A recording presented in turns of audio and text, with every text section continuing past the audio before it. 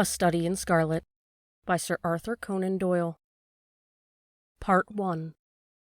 Being a reprint from the reminiscences of John H. Watson, M.D., late of the Army Medical Department. Chapter 1. Mr. Sherlock Holmes.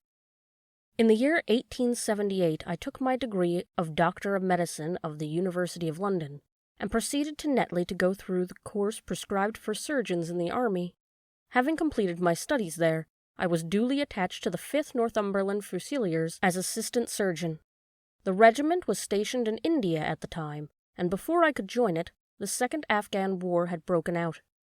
On landing at Bombay, I learned that my corps had advanced through the passes and was already deep in the enemy's country.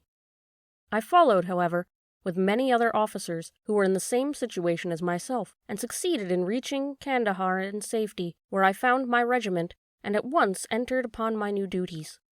The campaign brought honors and promotion to many, but for me it had nothing but misfortune and disaster. I was removed from my brigade and attached to the Berkshires, with whom I served the final battle of Maiwand. There I was struck on the shoulder by a Jezzail bullet, which shattered the bone and grazed the subclavian artery. I should have fallen into the hands of the murderous Ghazis, had it not been for the devotion and courage shown by Murray, my orderly, who threw me across a pack-horse and succeeded in bringing me safely to the British lines.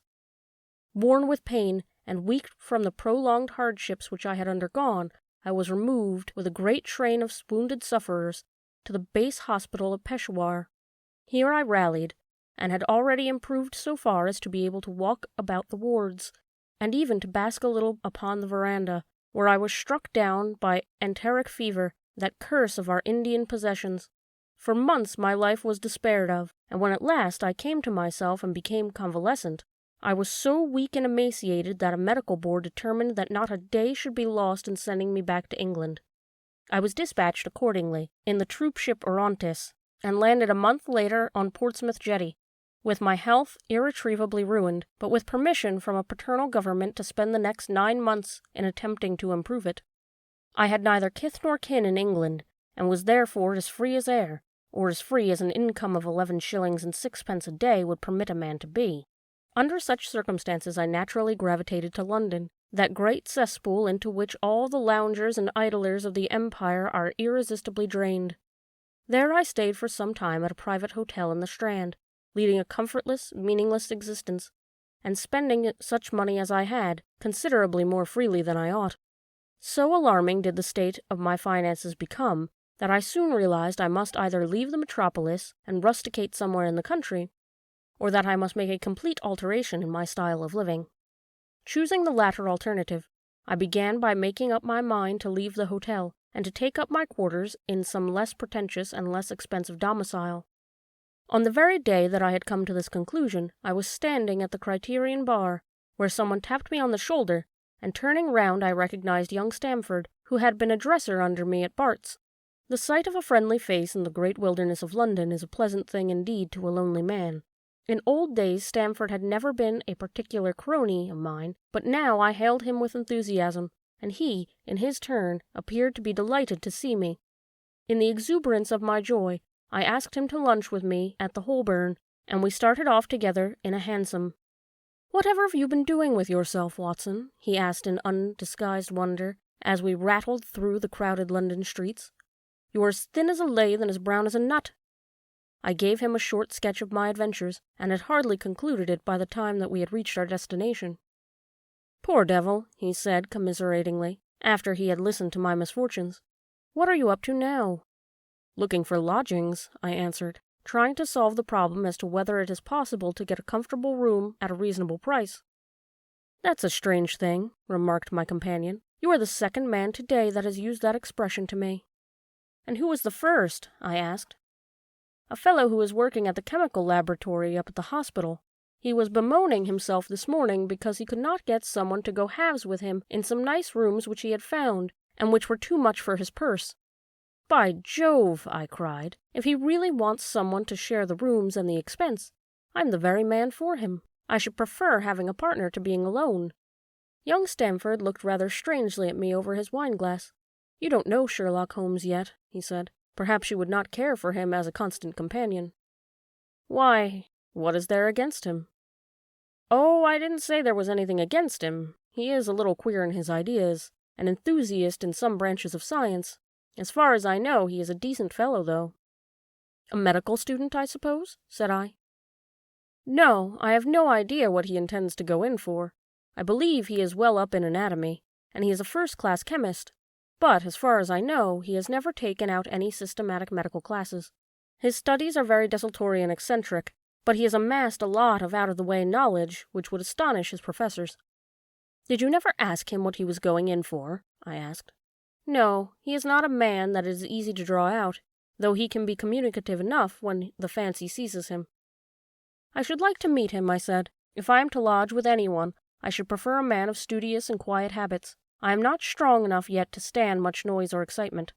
I had enough of both in Afghanistan to last me for the remainder of my natural existence. How could I meet this friend of yours?"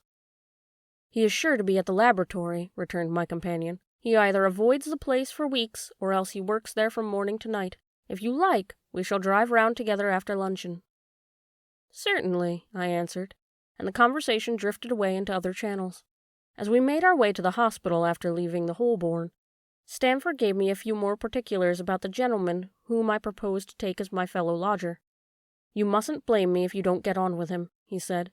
"I know nothing more of him than I have learned from meeting him occasionally in the laboratory. You proposed this arrangement, so you must not hold me responsible." "If we don't get on, it will be easy to part company," I answered. "It seems to me, Stamford," I added, looking hard at my companion, "that you have some reason for washing your hands of this matter. Is this fellow's temper so formidable, or what is it? Don't be mealy-mouthed about it." "It is not easy to express the inexpressible," he answered with a laugh. "Holmes is a little too scientific for my tastes. It approaches to cold-bloodedness. I could imagine his giving a friend a little pinch of the latest vegetable alkaloid, not out of malevolence, you understand, but simply out of a spirit of inquiry, in order to have an accurate idea of the effects. To do him justice, I think that he would take it himself with the same readiness. He appears to have a passion for definite and exact knowledge." "Very right, too." "Yes, but it may be pushed to excess. When it comes to beating the subjects in the dissecting rooms with a stick, it is certainly taking a rather bizarre shape." "Beating the subjects?" "Yes, to verify how far bruises may be produced after death. I saw him at it with my own eyes." "And yet you say he is not a medical student?" "No, heaven knows what the subject of his studies are. But here we are, and you must form your own impressions about him." As we spoke, we turned down a narrow lane and passed through a small side door, which opened into a wing of a great hospital.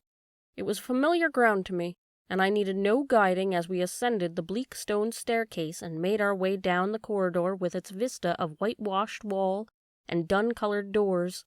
Near the further end, a low, arched passage branched away from it and led to the chemical laboratory. This was a lofty chamber, lined and littered with countless bottles. Broad, low tables were scattered about, which bristled with retorts, test tubes, and little Bunsen lamps, with their little blue flickering flames. There was only one student in the room, who was bending over a distant table absorbed in his work. At the sound of our steps he glanced round and sprang to his feet with a cry of pleasure. "I've found it! I've found it!" he shouted to my companion, running towards us with a test tube in his hand. "I've found a reagent which is precipitated by hemoglobin, and by nothing else." He had discovered a gold mine. Greater delight could not have shone upon his features. "Dr. Watson, Mr. Sherlock Holmes," said Stamford, introducing us. "How are you?" he said cordially, gripping my hand with a strength for which I could hardly have given him credit. "You have been in Afghanistan, I perceive." "How on earth did you know that?" I asked in astonishment.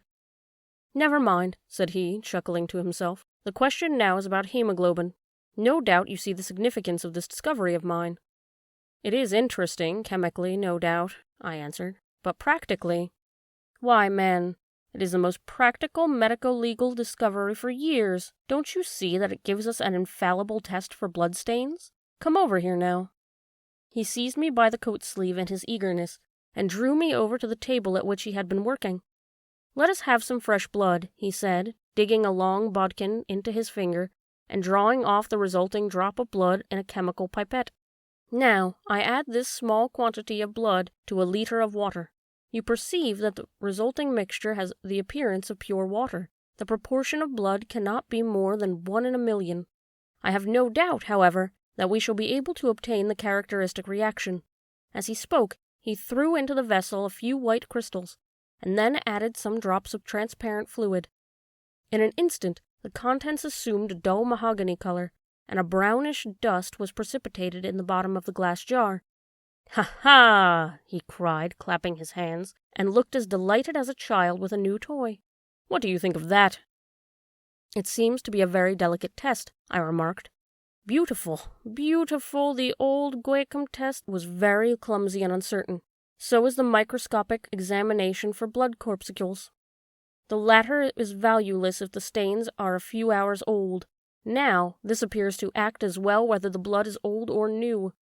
Had this test been invented, there are hundreds of men now walking the earth who would long ago have paid the penalty of their crimes." "Indeed," I murmured. "Criminal cases are continually hinging upon that one point. A man is suspected of a crime months, perhaps, after it has been committed. His linen or clothes are examined, and brownish stains are discovered upon them. Are they blood stains, or mud stains, or rust stains, or fruit stains, or what are they? That is the question which has puzzled many an expert. And why?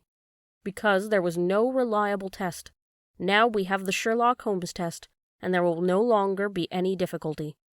His eyes fairly glittered as he spoke, and he put his hand over his heart and bowed as if to some applauding crowd conjured up by his imagination.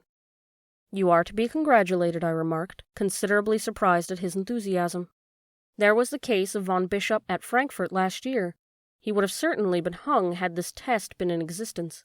Then there was Mason of Bradford, the notorious Muller, and Lefebvre of Montpellier, and Sampson of New Orleans. I could name a score of cases in which it would have been decisive." "You seem to be a walking calendar of crime," said Stamford with a laugh. "You might start a paper on those lines. Call it The Police News of the Past." "Very interesting reading it might have made, too," remarked Sherlock Holmes, sticking a small piece of plaster over the prick on his finger. "I have to be careful," he continued, turning to me with a smile, "for I dabble with poisons a good deal." He held out his hand as he spoke, and I noticed that it was all mottled over with similar pieces of plaster, and discolored with strong acids. "We came here on business," said Stamford, sitting down on a high three-legged stool, and pushing another one in my direction with his foot. "My friend here wants to take diggings, and as you were complaining that you could get no one to go halves with you, I thought that I had better bring you together." Sherlock Holmes seemed delighted at the idea of sharing his rooms with me. "I have my eye on a suite in Baker Street," he said, "which would suit us down to the ground. You don't mind the smell of strong tobacco, I hope?" "I always smoke ships myself," I answered. "That's good enough. I generally have chemicals about, and occasionally do experiments. Would that annoy you?" "By no means. Let me see, what are my other shortcomings? I get in the dumps at times, and don't open my mouth for days on end. You must not think I am sulky when I do that. Just let me alone, and I'll soon be all right. What have you to confess now? It's just as well for two fellows to know the worst of one another before they begin to live together." I laughed at this cross-examination. "I keep a bullpup," I said, "and I object to Rose because my nerves are shaken, and I get up at all sorts of ungodly hours, and I am extremely lazy. I have another set of vices when I'm well, but those are the principal ones at present." "Do you include violin playing in your category of Rose?" he asked anxiously. "It depends on the player," I answered. "A well-played violin is a treat for the gods, a badly played one." "Oh, that's all right," he cried with a merry laugh. "I think we may consider the thing as settled, that is, if the rooms are agreeable to you. When shall we see them?" "Call for me here at noon tomorrow, and we'll go together and settle everything," he answered. "All right, noon exactly," said I, shaking his hand. We left him working among his chemicals, and we walked together towards my hotel. "By the way," I asked suddenly, stopping and turning upon Stamford, "how the deuce did he know I had come from Afghanistan?" My companion smiled an enigmatical smile. "That's just his little peculiarity," he said. "A good many people have wanted to know how he finds things out." "Oh, a mystery, is it?" I cried, rubbing my hands. "This is very piquant. I am much obliged to you for bringing us together. A proper study of mankind is man, you know." "You must study him, then," Stamford said, as he bade me goodbye. "You'll find him a knotty problem, though. I'll wager he learns more about you than you about him. Goodbye." "Goodbye," I answered, and strolled on to my hotel, considerably interested in my new acquaintance. Chapter 2. The Science of Deduction. We met the next day as he had arranged and inspected the rooms at number 221B Baker Street, of which he had spoken at our meeting. They consisted of a couple of comfortable bedrooms and a single large airy sitting room, cheerfully furnished and illuminated by 2 broad windows. So desirable in every way were the apartments, and so moderate did the terms seem when divided between us, that the bargain concluded upon the spot, and we at once entered into possession. That very evening I moved my things round from the hotel, and on the following morning Sherlock Holmes followed me with several boxes and portmanteaus. For a day or two we were busily employed in unpacking and laying out our property to the best advantage. That done, we gradually began to settle down and to accommodate ourselves to our new surroundings. Holmes was certainly not a difficult man to live with. He was quiet in his ways, and his habits were regular. It was rare for him to be up after 10 at night, and he had invariably breakfasted and gone out before I rose in the morning.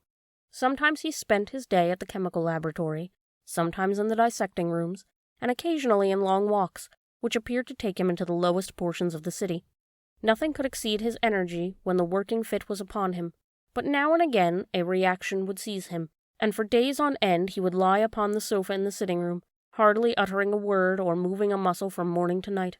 On these occasions I have noticed such a dreamy, vacant expression in his eyes that I might have suspected him of being addicted to the use of some narcotic, had it not been for the temperance and cleanliness of his whole life forbidden such a notion.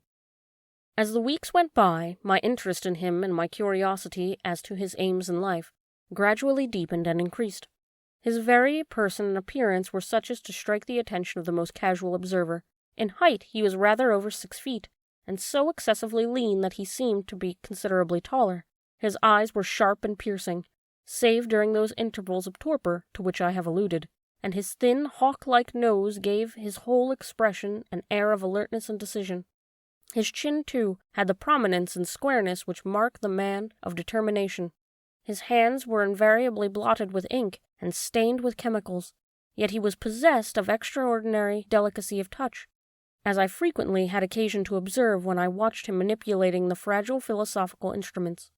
The reader may set me down as a hopeless busybody when I confess how much this man stimulated my curiosity, and how often I endeavored to break through the reticence which he showed on all that concerned himself. Before pronouncing judgment, however, be it remembered how objectless my life was, and how little there was to engage my attention. My health forbade me from venturing out unless the weather was exceptionally genial, and I had no friends who would call upon me and break the monotony of my daily existence. Under these circumstances, I eagerly hailed the little mystery which hung around my companion, and spent much of my time in endeavoring to unravel it. He was not studying medicine. He had himself, in reply to a question, confirmed Stamford's opinion upon that point. Neither did he appear to have pursued any course of reading which might fit him for a degree in science, or any other recognized portal which would give him an entrance into the learned world. Yet his zeal for certain studies was remarkable, and within eccentric limits his knowledge was so extraordinarily ample and minute that his observations have fairly astounded me. Surely no man would work so hard or attain such precise information unless he had some definite end in view. Desultory readers are seldom remarkable for the exactness of their learning. No man burdens his mind with small matters unless he has some very good reason for doing so. His ignorance was as remarkable as his knowledge. Of contemporary literature, philosophy, and politics, he appeared to know next to nothing. Upon my quoting Thomas Carlyle, he inquired in the naivest way who he might be and what he had done. My surprise reached a climax, however, when I found incidentally that he was ignorant of the Copernican theory and of the composition of the solar system. That any civilized human being in this 19th century should not be aware that the earth traveled around the sun appeared to be, to me, such an extraordinary fact that I could hardly realize it. "You appear to be astonished," he said, smiling at my expression of surprise. "Now that I do know it, I shall do my best to forget it." "To forget it?" "You see," he explained, I consider a man's brain originally is like an empty attic, and you have to stock it with such furniture as you choose. A fool takes in all the lumber of every sort that he comes across, so that the knowledge which might be useful to him gets crowded out, or at best is jumbled up with a lot of other things so that he has difficulty in laying his hands upon it. Now the skillful workman is very careful indeed as to what he takes into his brain attic. He will have nothing but the tools which may help him in doing his work, but of these he has a large assortment, and all in the most perfect order. It is a mistake to think that that little room has elastic walls and can distend to any extent. Depend upon it, there comes a time when for every addition of knowledge you forget something that you knew before. It is of the highest importance, therefore, not to have useless facts elbowing out the useful ones. But the solar system, I protested. What the deuce is it to me? He interrupted impatiently. You say that we go around the sun. If we went around the moon, it would not make a pennyworth of difference to me or my work. I was on the point of asking him what that work might be, but something in his manner showed me that the question would be an unwelcome one. I pondered over our short conversation, however, and endeavored to draw my deductions upon it. He said that he would acquire no knowledge which did not bear upon his object. Therefore, all the knowledge which he possessed was such as it would be useful to him. I enumerated in my own mind all the various points upon which he had shown me he was exceptionally well informed. I even took a pencil and jotted them down. I could not help smiling at the document when I had completed it. It ran in this way. Sherlock Holmes, his limits. 1. Knowledge of literature. Nil. 2. Philosophy. Nil. 3. Astronomy. Nil. 4. Politics. Feeble. 5. Botany. Variable. Well up in belladonna, opium, and poisons generally. Knows nothing of practical gardening. 6. Geology. Practical, but limited. Tells at a glance different soils from each other. After walks has shown me splashes upon his trousers, and told me by their color the consistence of what part of London he has received them. 7. Chemistry. Profound. 8. Anatomy. Accurate, but unsystemic. 9. Sensational literature. Immense. He appears to know every detail of every horror perpetrated in the century. 10. Plays the violin well. 11. Is an expert single-stick player, boxer, and swordsman. 12. Has good practical knowledge of British law. When I had got so far in my list, I threw it upon the fire in despair. If I can only find what this fellow was driving at by reconciling all these accomplishments, and discovering a calling which needs them all, I said to myself, I may as well give up the attempt at once. I see that I have alluded above his powers upon the violin. These were very remarkable, but as eccentric as all his other accomplishments. That he could play pieces, and difficult pieces, I knew well, because at my request he was able to play some of Mendelssohn's Lieder and other favorites. When left to himself, however, he would seldom produce any music or attempt any recognized air. Leaning back in his armchair of an evening, he would close his eyes and scrape carelessly at the fiddle, which was thrown across his knee. Sometimes the chords were sonorous and melancholy. Occasionally they were fantastic and cheerful. Clearly they reflected the thoughts which possessed him, but whether their music aided those thoughts, or whether the playing was simply a result of whim or fancy, was more than I could determine. I might have rebelled against these exasperating solos, had it not been that he usually terminated them by playing in quick succession a whole series of my favorite airs as a slight compensation for the trial of my patience. During the first week or so we had no callers, and I had begun to think that my companion was as friendless a man as I was myself. Presently, however, I found that he had many acquaintances, and those in the most different classes of society. There was one little sallow, rat-faced, dark-eyed fellow who was introduced to me as Mr. Lestrade, who came 3 or 4 times in a single week. One morning a young girl called, fashionably dressed, and stayed for half an hour or more. The same afternoon brought a gray-headed, seedy visitor, looking like a Jew peddler, who appeared to me to be much excited, and who was closely followed by a slipshod elderly woman. On another occasion, an old white-haired gentleman had an interview with my companion, and on another, a railway porter in his velveteen uniform. When any of these nondescript individuals put in an appearance, Sherlock Holmes used to beg for the use of the sitting-room, and I would retire to my bedroom, He always apologized to me for putting me at this inconvenience. "I have to use this room as a place of business," he said, "and these people are my clients."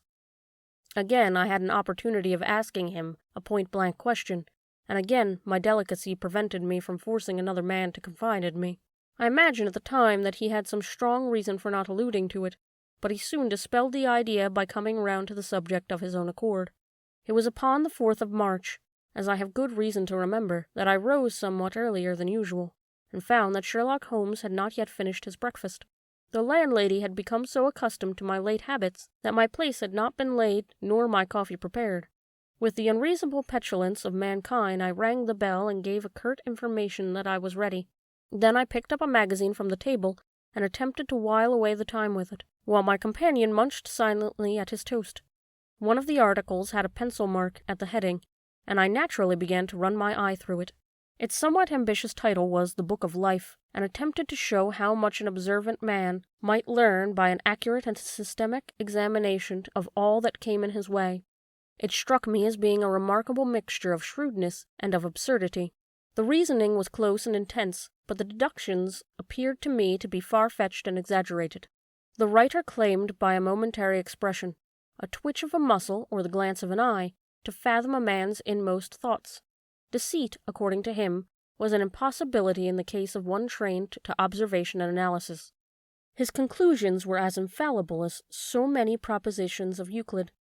So startling would his results appear to the uninitiated that until they learned the processes by which he had arrived at them, they might as well consider him as a necromancer. From a drop of water, said the writer, a logician could infer the possibility of an Atlantic or a Niagara without having seen or heard of one or the other. So all life is a great chain, a nature of which is known whenever we are shown a single link of it. Like all other parts, the science of deduction and analysis is one which can only be acquired by long and patient study, nor is life long enough to allow any mortal to attain the highest possible perfection in it.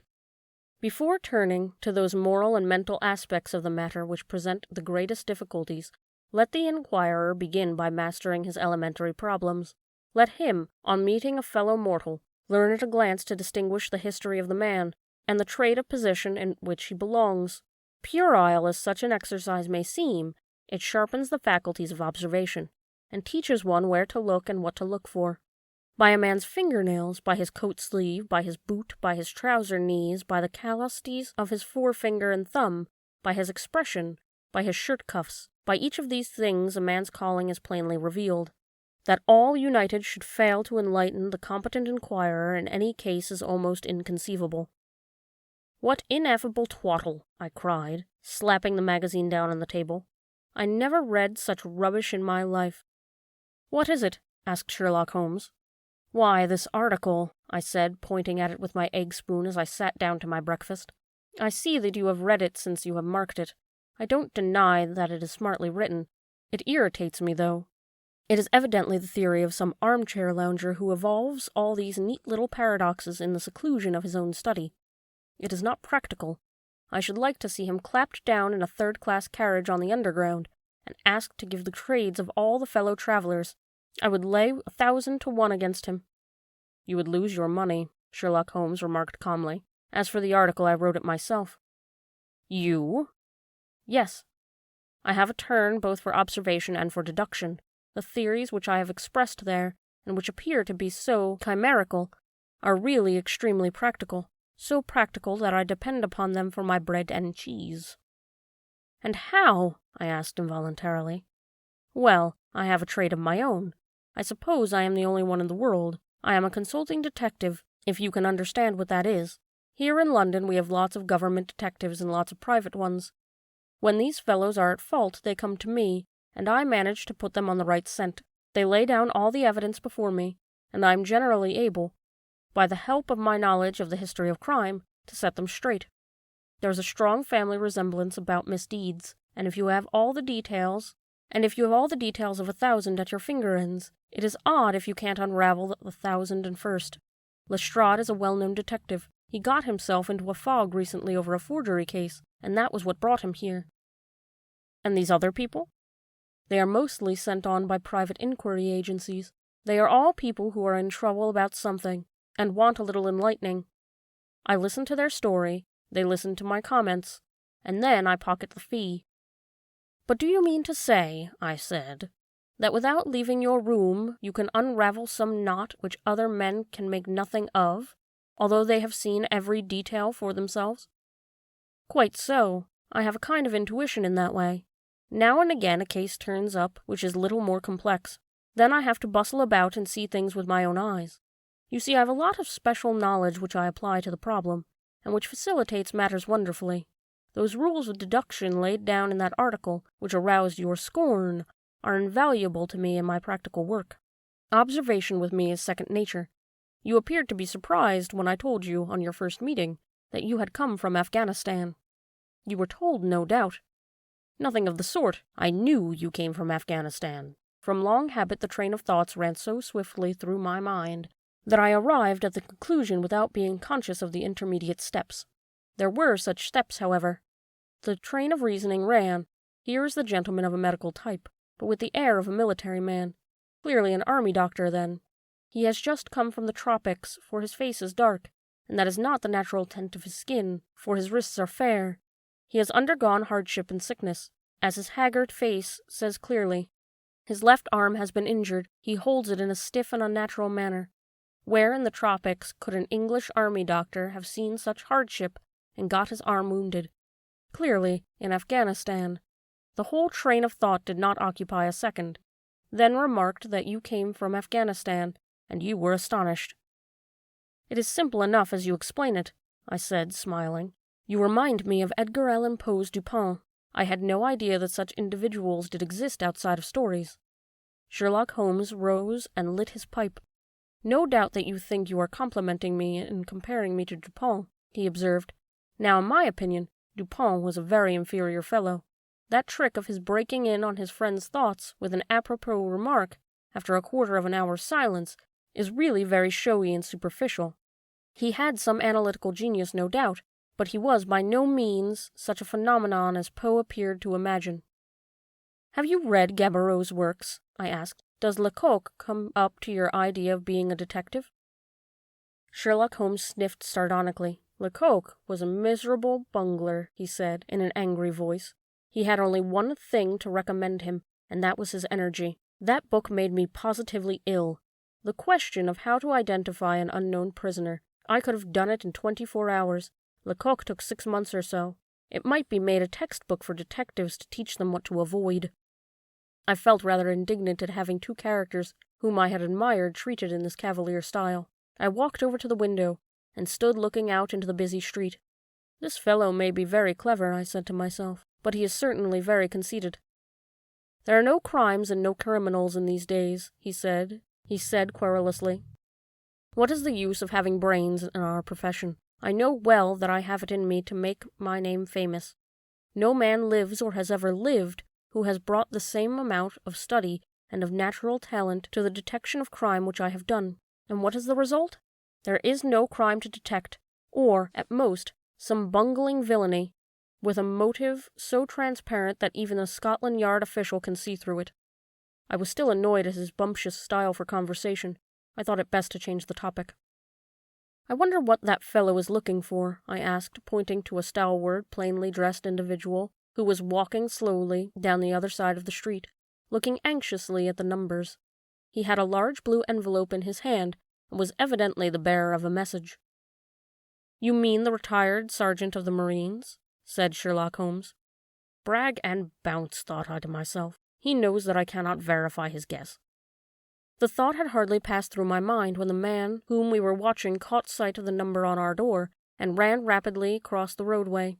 We heard a loud knock, a deep voice below, and heavy steps ascending the air. For Mr. Sherlock Holmes, he said, stepping into the room and handing my friend the letter. Here was an opportunity of taking the conceit out of him. He little thought of this when he made the random slot. May I ask, my lad, I said in the blandest voice, what your trade may be? Commissionaire, sir, he said gruffly. Uniform away for repairs. And you were? I asked in a slightly malicious glance at my companion. A sergeant, sir. Royal Marine Light Infantry, sir. No answer?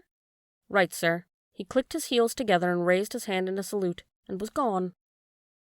Chapter 3. The Lorester Gardens Mystery. I confess that I was considerably startled by this fresh proof of the practical nature of my companion's theories. My respect for his powers of analysis increased wondrously. There still remained some lurking suspicion in my mind, however, that the whole thing was a pre-arranged episode intended to dazzle me, though what earthly object he could have in taking me in was past my comprehension. When I looked at him, he had finished reading the note, and his eyes assumed the vacant, lackluster expression which showed mental abstraction. "How in the world did you deduce that?" I asked. "Deduce what?" said he, petulantly. "Why, that he was a retired sergeant of the Marines." "I have no time for trifles," he answered brusquely, then with a smile. "Excuse my rudeness. You broke the thread of my thoughts, but perhaps it is as well. So you actually were not able to see that that man was a sergeant of the Marines?" "No, indeed."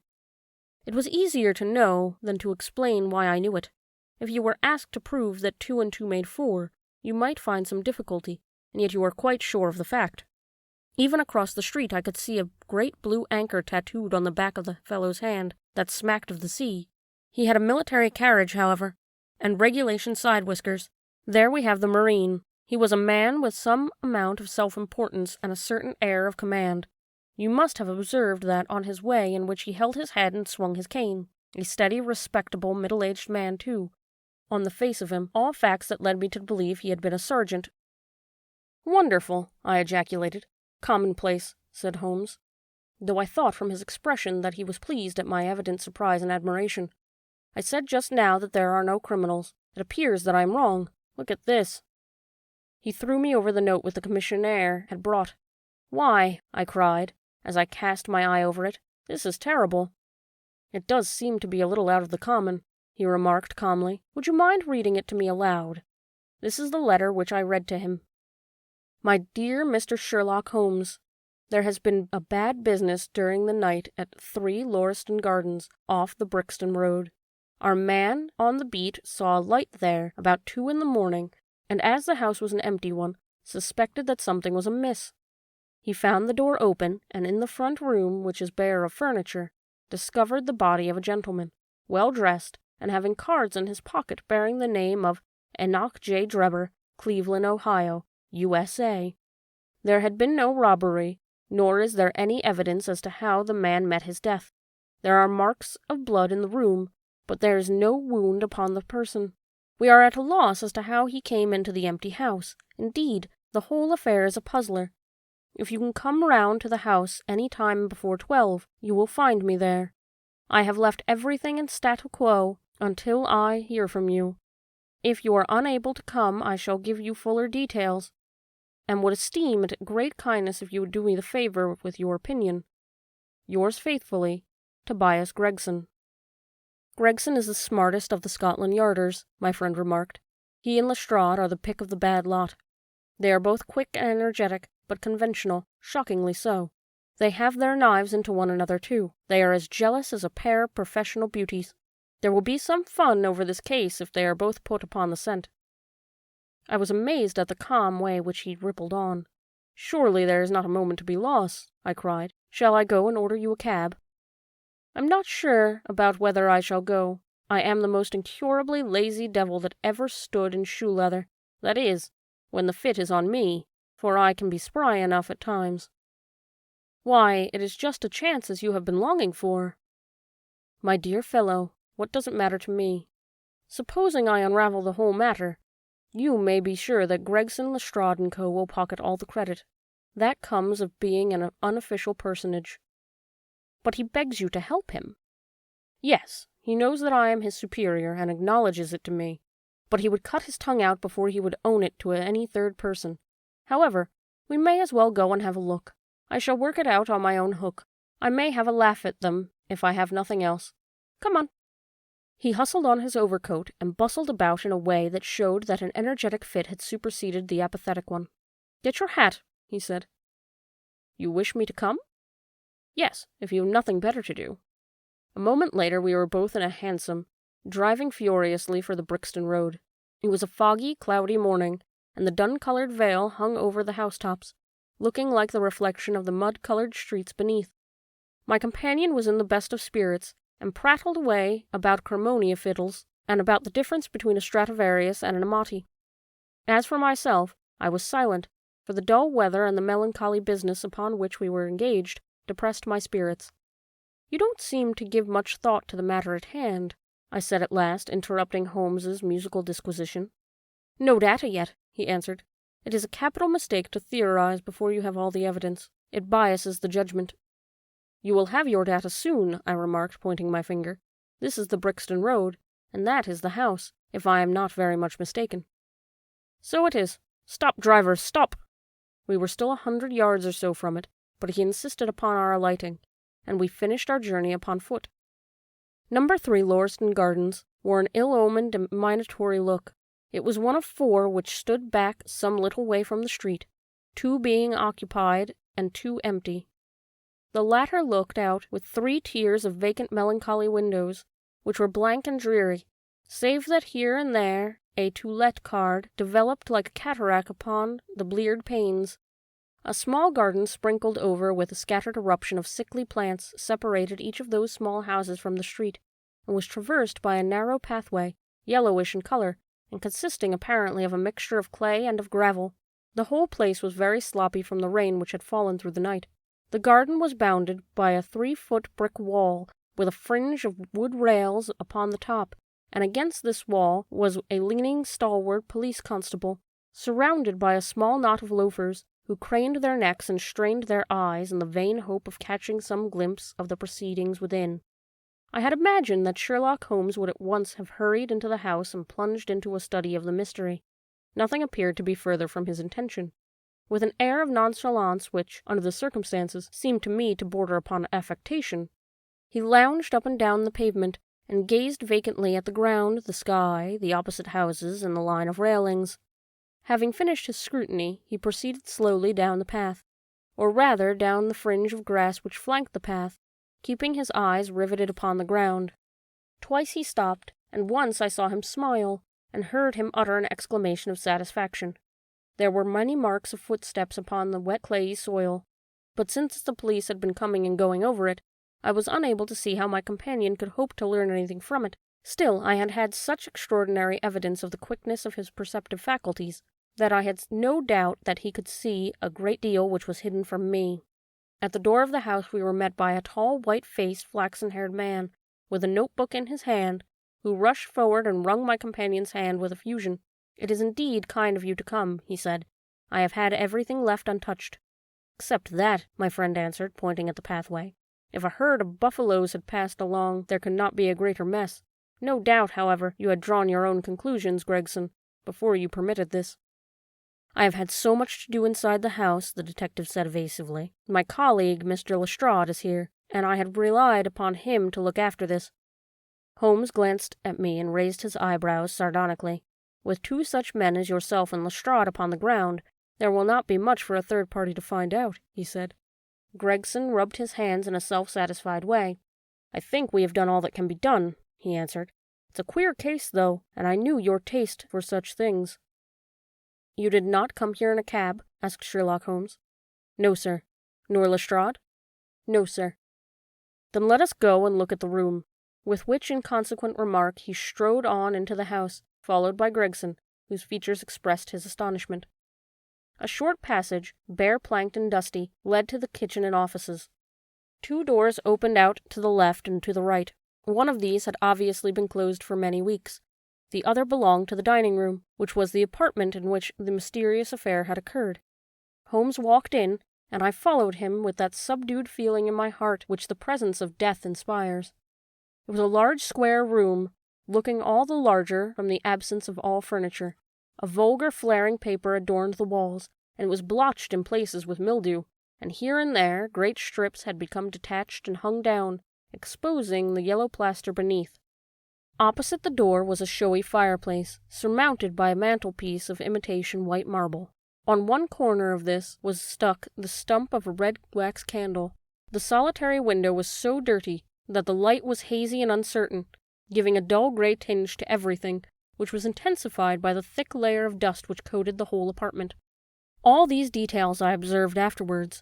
At present, my attention was centered upon the single grim, motionless figure which lay stretched upon the boards. with vacant, sightless eyes staring up at the discolored ceiling.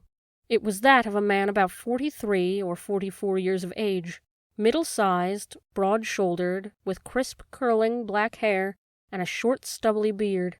He was dressed in a heavy broadcloth frock coat and waistcoat, with light-colored trousers and immaculate collar and cuffs. A top hat, well brushed and trim, was placed upon the floor beside him. His hands were clenched and his arms thrown abroad, while his lower limbs were interlocked as though his death struggle had been a grievous one. On his rigid face there stood an expression of horror, and as it seemed to me, of hatred, such as I have never seen upon human features. This malignant and terrible contortion, combined with a low forehead, blunt nose, and prognathous jaw, gave the dead man a singularly simious and ape-like appearance, which was increased by his writhing, unnatural posture. I have seen death in many forms, but never has it appeared to me in a more fearsome aspect than in that dark, grimy apartment, which looked out upon one of the main arteries of suburban London. Lestrade, lean and ferret-like as ever, was standing by the doorway, and greeted my companion and myself.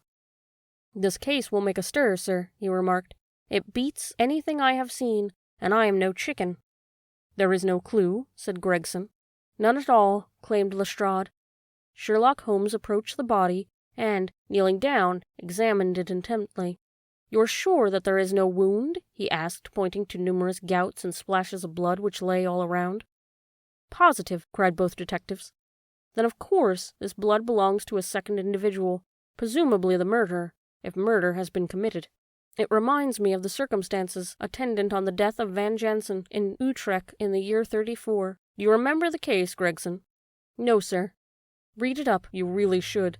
There is nothing new under the sun. It has all been done before." As he spoke, his nimble fingers were flying here, there, and everywhere, feeling, pressing, unbuttoning, examining, while his eyes wore the same faraway expression which I have already remarked upon. So swiftly was the examination made, that one would hardly have guessed the minuteness with which it was conducted. Finally he sniffed the dead man's lips, and then glanced at the soles of his patent leather boots. "He has not been moved at all?" he asked. "No more than was necessary for the purposes of our examination." "You can take him to the mortuary now," he said. "There is nothing more to be learned." Gregson had a stretcher and 4 men at hand. At his call they entered the room, and the stranger was lifted and carried out. As they raised him, a ring tinkled down and rolled across the floor. Lestrade grabbed it up and stared at it with mystified eyes. "There's been a woman here," he cried. "It is a woman's wedding ring." He held it out, and, as he spoke, upon the palm of his hand. We all gathered around him and gazed at it. There could be no doubt that the circlet of plain gold had once adorned the finger of a bride. "This complicates matters," said Gregson. "Heaven knows they were complicated enough before." "You're sure it doesn't simplify them?" observed Holmes. "There's nothing to be learned by staring at it. What did you find in his pockets?" "We have it all here," said Gregson, pointing to a litter of objects upon one of the bottom steps of the stairs. "A gold watch, number 97163, by Barraud of London. A gold Albert chain, very heavy and solid. Gold ring, with Masonic device.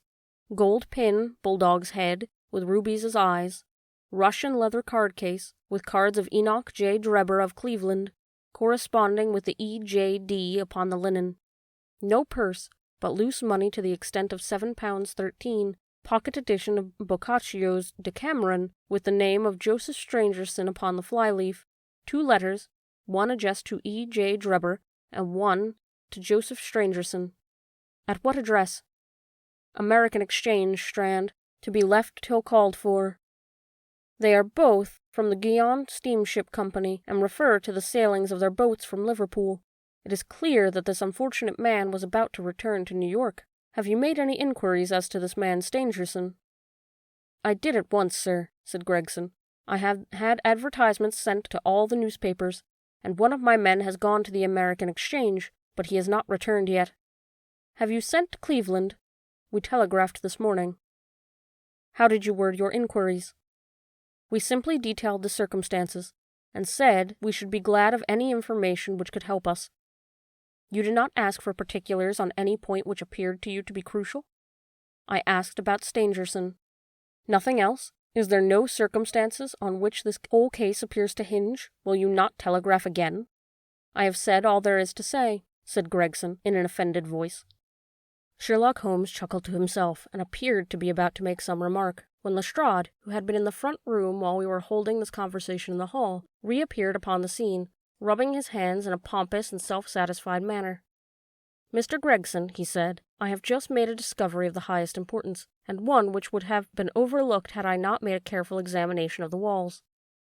The little man's eyes sparkled as he spoke, and he evidently in a state of suppressed exultation at having scored a point against his colleague. "Come here," he said, bustling back into the room, the atmosphere of which felt clearer since the removal of his ghastly inmate. "Now, stand there." He struck a match on his boot and held it against the wall. "Look at that," he said triumphantly. I have remarked that the paper had fallen away in parts. In this particular corner of the room, a large piece had peeled off, leaving a yellow square of coarse plastering. Across this bare space there was scrawled in blood-red letters a single word: Rache. "What do you think of that?" cried the detective, with the air of a showman exhibiting his show. This was overlooked because it was in the darkest corner of the room, and no one thought of looking there. The murderer has written it with his or her own blood. See this smear where it has trickled down the wall? That disposes the idea of suicide anyhow. Why was that corner chosen to write it on? I will tell you. See that candle on the mantelpiece? It was lit at the time, and if it was lit, this corner would be the brightest instead of the darkest on the wall. "And what does that mean now that you have found it?" asked Gregson in a depreciatory voice. "Mean? Why, it means that our writer was going to put the female name Rachel, but was disturbed before he had any time to finish it. You mark my words, when this case comes to be cleared up, you will find that a woman named Rachel has something to do with it. It's all very well for you to laugh, Mr. Sherlock Holmes. You may be very smart and clever, but the old hound is best when all is said and done." "I really beg your pardon," said my companion, who had ruffled the little man's temper by bursting into an explosion of laughter. "You certainly have the credit of being the first of us to find this out, and, as you say, it bears every mark of having been written by the other participant in the last night's mystery. I have not had time to examine this room yet, but with your permission I shall do so now." As he spoke, he whipped a tape measure and a large round magnifying glass from his pocket. With these two instruments he trotted noiselessly about the room, sometimes stopping, occasionally kneeling, and once lying flat upon his face. So engrossed he was with his occupation that he appeared to have forgotten our presence, for he chattered away to himself under his breath the whole time, keeping up a running fire of exclamations, groans, whistles, and little cries suggestive of encouragement and of hope. As I watched him, I was irresistibly reminded of a pure-blooded, well-trained foxhound as it dashes backwards and forwards through the covert, whining in its eagerness until it comes across the lost scent. For 20 minutes or more he continued his researches, measuring with the most exact care the distance between marks which were entirely invisible to me, and occasionally applying his tape to the walls in an equally incomprehensible manner. In one place he gathered up very carefully a little pile of grey dust from the floor, and packed it away into an envelope. Finally he examined with his glass the word upon the wall, going over every letter of it with the most minute exactness. This done, he appeared to be satisfied, for he replaced his tape and his glass in his pocket. "They say that genius is an infinite capacity for taking pains," he remarked with a smile. "It's a very bad definition, but it does apply to detective work." Gregson and Lestrade had watched the maneuvers of their amateur companion with a considerable curiosity and some contempt. They evidently failed to appreciate the fact, which I had begun to realize, that Sherlock Holmes's smallest actions were all directed towards some definite and practical end. "What do you think of it, sir?" they both asked. "It would be robbing you of the credit of the case if I was to presume to help you," remarked my friend. "You are doing so well now that it would be a pity for anyone to interfere." There was a word of sarcasm in his voice as he spoke. "If you will let me know how your investigations go," he continued, "I shall be happy to give you any help I can. In the meantime, I should like to speak to the constable who found the body. Can you give me his name and address?" Lestrade glanced at his notebook. "John Rance," he said. "He is off duty now.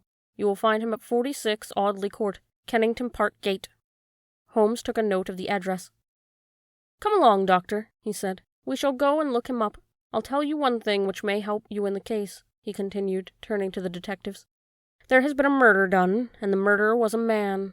He was more than 6 feet high, was in the prime of his life, had small feet for his height, wore coarse square-toed shoes, and smoked a Trichinopoly cigar. He came here with his victim in a 4-wheeled cab, which was drawn by a horse, with 3 old shoes and 1 new one on his off foreleg. In all probability the murderer had a florid face, and fingernails of his right hand were remarkably long. These are only a few indications, but they may assist you. Lestrade and Gregson glanced at each other with that incredulous smile. "If this man was murdered, how was it done?" asked the former. "Poison," said Sherlock Holmes curtly, and strode off. "One other thing, Lestrade," he added, turning round the door. "Rache is the German for revenge, so don't lose your time looking for a Miss Rachel." With which Parthian shot he walked away, leaving the 2 rivals open-mouthed behind him. Chapter 4. What John Rance Had to Tell. It was 1 o'clock when we left No. 3 Lauriston Gardens. Sherlock Holmes had led me to the nearest telegraph office, whence he dispatched a long telegram. He then hailed a cab and ordered the driver to take us to the address given us by Lestrade. "There's nothing like first-hand evidence," he remarked. "As a matter of fact, my mind is entirely made up upon the case, but still we may as well learn all that is to be learned." "You amaze me, Holmes," said I. "Surely you are not as sure as you pretend to be of all those particulars which you gave." "There's no room for a mistake," he answered. "The very first thing which I observed on arriving there was that no cab had made 2 ruts with its wheels close to the curb. Now, up to last night, we have had no rain for a week, so that those wheels which left such a deep impression must have been there during the night. There were those marks of the horse's hoofs, too, the outline of which was far more clearly cut than that of the other 3, showing that that was a new shoe. Since the cab was there after the rain began, and was not there at any time during the morning, I have Gregson's word for that. It follows that it must have been there during the night, and therefore that it brought those 2 individuals to the house." "That seems simple enough," said I, "but how about the other man's height?" "Why, the height of a man, in 9 cases out of 10, can be told by the length of his stride. It is a simple calculation enough, though there is no use my boring you with figures. I had this fellow's stride both on the clay outside and on the dust within. Then I had a way of checking my own calculation. When a man writes on a wall, his instinct leads him to write about the level of his own eyes. Now that writing was just over 6 feet from the ground. It was child's play." "And his age?" I asked. "Well, if a man can stride 4½ feet without the smallest effort, he can't be quite in the sere and yellow.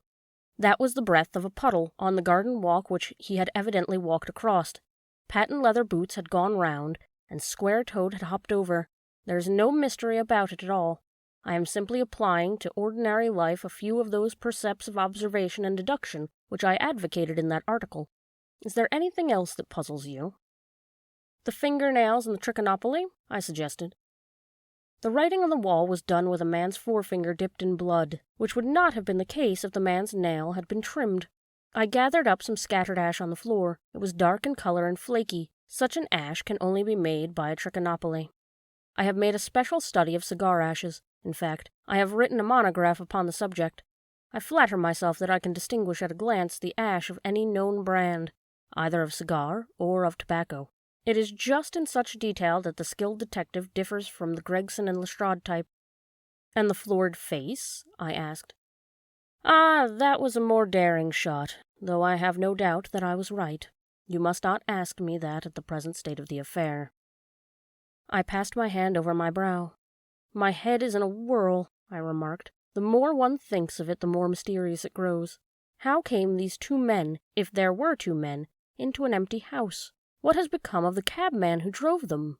How could one man compel another to take poison? Where did the blood come from? What was the object of the murderer, since robbery had no part in it? How came the woman's ring there? Above all, why should the second man write up the German word Rache before decamping?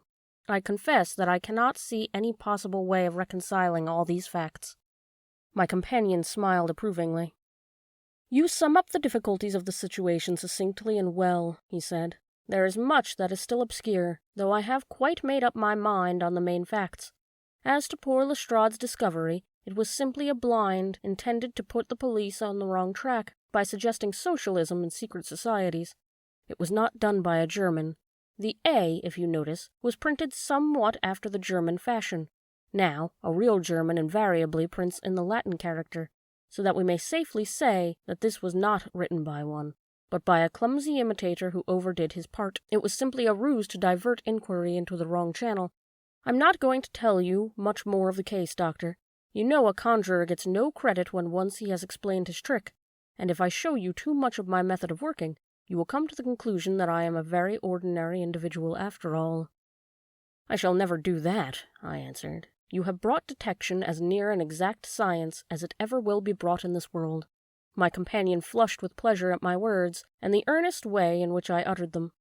I had already observed that he was as sensitive to flattery on the score of his art as any girl could be of her beauty. "I'll tell you one other thing," he said. Patent Leather and Square Toes came in the same cab, and they walked down the pathway together as friendly as possible, arm in arm, in all probability. When they got inside, they walked up and down the room, or rather, Patent Leather stood still while Square Toes walked up and down. I could read all that in the dust. I could read that as he walked he grew more and more excited. That is shown by the increased length in his strides. He was talking all the while, and working himself up, no doubt, in a fury. Then the tragedy occurred. I've told you all I know myself now, for the rest is mere surmise and conjecture. We have good working basis, however, on which to start. We must hurry up, for I want to go to Hallie's concert to hear Norman Neruda this afternoon. This conversation had occurred while our cab had been threading its way through a long succession of dingy streets and dreary byways. In the dingiest and dreariest of them, our driver suddenly came to a stand. "That's Audley's Court in there," he said, pointing to a narrow slit in the line of dead-colored brick. "You'll find me here when you come back." Audley Court was not an attractive locality. The narrow passage led us into a quadrangle paved with flags and lined with sordid dwellings. We picked our way among groups of dirty children, and through lines of discolored linen, until we came to number 46, the door of which was decorated with a small slip of brass on which the name Rance was engraved. On enquiry, we found that the constable was in bed, and we were shown into a little parlor to await his coming. He appeared presently, looking a little irritable at being disturbed in his slumbers. "I made my report at the office," he said. Holmes took a half-sovereign from his pocket and played with it pensively. "We thought that we should like to hear it all from your own lips," he said. "I shall be most happy to tell you anything I can," the constable answered with his eyes upon the little golden disc. "Just let us hear it all in your own way as it occurred."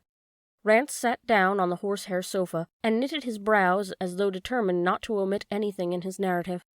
"I'll tell ye from the beginning," he said. "My time is from 10 at night to 6 in the morning. At 11 there was a fight at the White Hart, but bar that all was quiet enough on the beat. At 1 o'clock it began to rain, and I met Harry Murcher, him who was the Holland Grove beat, and we stood together at the corner of Henrietta Street a-talkin'. Presently, maybe about 2 or a little earlier, maybe about 2 or a little after, I thought I would take a look round to see all that was right down the Brixton Road. It was precious dirty and lonely. Not a soul did I meet all the way down, though a cab or two went past me. I was a-strollin' down, thinkin' between ourselves how uncommon handy a 4 gin hot would be, when suddenly the glint of a light caught my eye in the window of that same house. Now, I knew that them 2 houses in Lauriston Gardens was empty on account of him that owns them who won't ever have drains seen to, though that very last tenant that lived in one of 'em died o' typhoid fever. I was knocked all in a heap, therefore, at seeing the light on the window, and I suspected that something was wrong. When I got to the door—" "You stopped and then walked back to the garden gate?" my companion interrupted. "What did you do that for?" Rance gave a violent jump, and stared at Sherlock Holmes with the utmost amazement upon his features. "Why, that's true, sir," he said, "though how you come to know it, heaven only knows. You see, when I got up to the door it was so still and so lonesome that I thought I'd be none the worse for someone with me. I ain't afeard of anything on this side of the grave, but I thought that maybe it was him that died of typhoid fever inspecting the drains which killed him. The thought gave me a kind of turn, and I walked back to the gate to see if I could see Murcher's lantern, but there wasn't no sign of him nor anyone else." "There was no one in the street?" "Not a living soul, sir, nor as much of a dog." Then I pulled myself together and went back and pushed the door open. All was quiet inside, so I went into the room where the light was a-burnin'. There was a candle flickerin' on the mantelpiece, a red wax one, and by its light I saw— Yes, I know all that you saw. You walked round the room several times, and you knelt down by the body, and then you walked through and tried the kitchen door, and then— John Rance sprang to his feet with a frightened face and suspicion in his eyes. "Where was you hid to see all that?" he cried. "Seems to me that you knows a deal more than you should." Holmes laughed and threw his card across the table at the constable. "Don't get arresting me for the murder," he said. "I am one of the hounds and not the wolf. Mr. Gregson and Mr. Lestrade will answer for that. Go on, though. What did you do next?" Rance resumed his seat, without, however, losing his mystified expression. "I went back to the gate and sounded my whistle. That brought Murcher and 2 more to the spot." "Was the street empty then?" "Well, it was, as far as anybody that could be of any good goes." "What do you mean?" The constable's features broadened to a grin. "I've seen many a drunk chap in my time," he said, "but never anyone so cryin' drunk as that cove. He was at the gate when I came out, a-leanin' up agin the railin's and a-singin' at the pitch o' his lungs about Columbine's new-fangled banner, or some such stuff. He couldn't stand, far less help." "What sort of man was he?" asked Sherlock Holmes. John Rance appeared to be somewhat irritated at this discretion. "He was an uncommon sort of drunk man," he said. "He'd have found hisself in the station if we hadn't been so took up." "His face, his dress, did you notice them?" Holmes broke in impatiently. "I should think I did notice them, seeing that I had to prop him up, me and Murcher between us. He was a long chap, with a red face, and a lower part muffled round." "That will do," cried Holmes. "What became of him?" "We'd enough to do without looking after him," the policeman said in an aggrieved voice. "I'll wager he found his way home all right." "How was he dressed?" "A brown overcoat." "He had a whip in his hand?" "A whip? No." "He must have left it behind," muttered my companion. "You didn't happen to see or hear a cab after that?" "No." "There's a half-sovereign for you," my companion said, standing up and taking his hat. "I'm afraid, Rance, that you will never rise in the force. That head of yours should be for use as well as ornament. You might have gained your sergeant's stripes last night. The man whom you held in your hand is the man who holds the clue of this mystery, and whom we are seeking. There is no use arguing about it now. I tell you that it is so. Come along, Doctor." We started off for the cab together, leaving our informant incredulous, but obviously uncomfortable. "The blundering fool," Holmes said bitterly as we drove back to our lodgings. "Just to think of having such an incomparable bit of good luck, and not taking advantage of it." "I am rather in the dark still. It is true that the description of this man tallies with your idea of the second party in this mystery. But why should he come back to the house after leaving it? That is not the way of criminals." "The ring, man, the ring. That was what he came back for. If we have no other way of catching him, we can always bait our line with the ring. I shall have him, Doctor. I'll lay you 2 to 1 that I have him. I must thank you for it all. I might not have gone but for you, and so have missed the finest study I ever came across. A study in scarlet, eh? Why shouldn't we use a little art jargon? There's the scarlet thread of murder running through the colorless skein of life, and our duty is to unravel it, and isolate it, and expose every inch of it. And now for lunch, and then for Norman Neruda. Her attack and her bowing are splendid. What's that little thing of Chopin's she played so magnificently? Tra-la-la, lira-lira-lay. Leaning back in the cab, this amateur bloodhound caroled away like a lark while I meditated upon the many-sidedness of the human mind. Chapter 5. Our advertisement brings a visitor. Our morning's exertions had been too much for my weak health, and I was tired out in the afternoon. After Holmes's departure for the concert, I lay down upon the sofa and endeavored to get a couple of hours' sleep. It was a useless attempt. My mind had been too much excited by all that had occurred, and the strangest fancies and surmises crowded into it. Every time that I closed my eyes, I saw before me the distorted baboon-like countenance of the murdered man. So sinister was the impression which that face had produced upon me that I found it difficult to feel anything but gratitude for him, who had removed its owner from the world. If ever human features bespoke vice of the malignant type, they were certainly those of Enoch J. Drebber of Cleveland. Still, I recognized that justice must be done, and that the depravity of the victim was no condonement in the eyes of the law. The more I thought of it, the more extraordinary did my companion's hypothesis that the man had been poisoned appear. I remembered how he had sniffed his lips, and had no doubt that he had detected something which had been given rise to the idea. Then again, if not poison, what had caused the man's death, since there was neither wound nor marks of strangulation? But, on the other hand, whose blood was that which lay so thickly upon the floor? There were no signs of a struggle, nor had the victim any weapon with which he might have wounded an antagonist. As long as all these questions were unsolved, I felt that sleep would be no easy matter, either for Holmes or myself. This quiet, self-confident manner convinced me that he had already formed a theory which explained all the facts, though what it was I could not for an instant conjecture. He was very late in returning, so late that I knew that the concert could not have detained him all the time. Dinner was on the table before he appeared. "It was magnificent," he said as he took a seat. "You remember what Darwin says about music. He claims that the power of producing and appreciating it existed among the human race long before the powers of speech was arrived at. Perhaps that is why we are so subtly influenced by it. There are vague memories in our souls of those misty centuries when the world was in its childhood." "That's a rather broad idea," I remarked. "One's ideas must be as broad as nature if they are to interpret nature," he answered. "What's the matter? You're not looking quite yourself. This Brixton Road affair has upset you." "To tell the truth, it has," I said. "I ought to be more case-hardened after my Afghan experiences.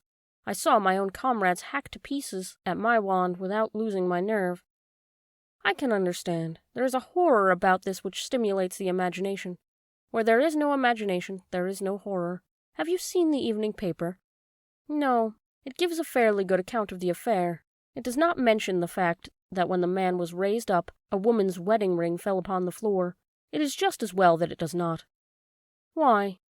"Look at this advertisement," he answered. "I had one sent to every paper this morning immediately after the affair." He threw the paper across at me, and I glanced at the place indicated. It was the first announcement in the Found column.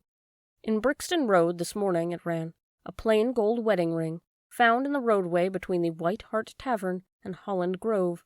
Apply Dr. Watson, 221B Baker Street, between 8 and 9 this evening." "Excuse my using your name," he said. "If I used my own, some of these dunderheads would recognize it, and want to meddle in the affair." "That is all right," I answered. "But supposing anyone applies, I have no ring." "Oh, yes, you have," said he, handing me one. "This will do very well. It's almost a facsimile." "And who do you expect will answer this advertisement?" "Why, the man in the brown coat, our florid friend with the square toes. If he does not come himself, he will send an accomplice." "Would he not consider it as too dangerous?"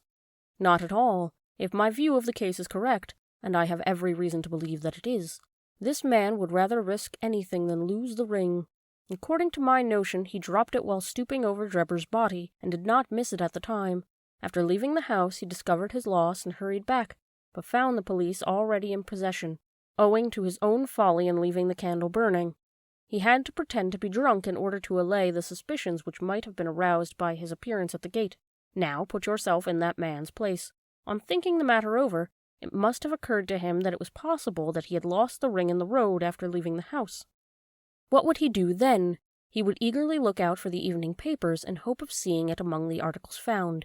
His eye, of course, would light upon this. He would be overjoyed. Why should he fear a trap? There would be no reason in his eyes to finding the ring should be connected with murder. He would come. He will come. You shall see him within an hour." "And then?" I asked. "Oh, you can leave me to deal with him then. Have you any arms?" "I have my old service revolver and a few cartridges."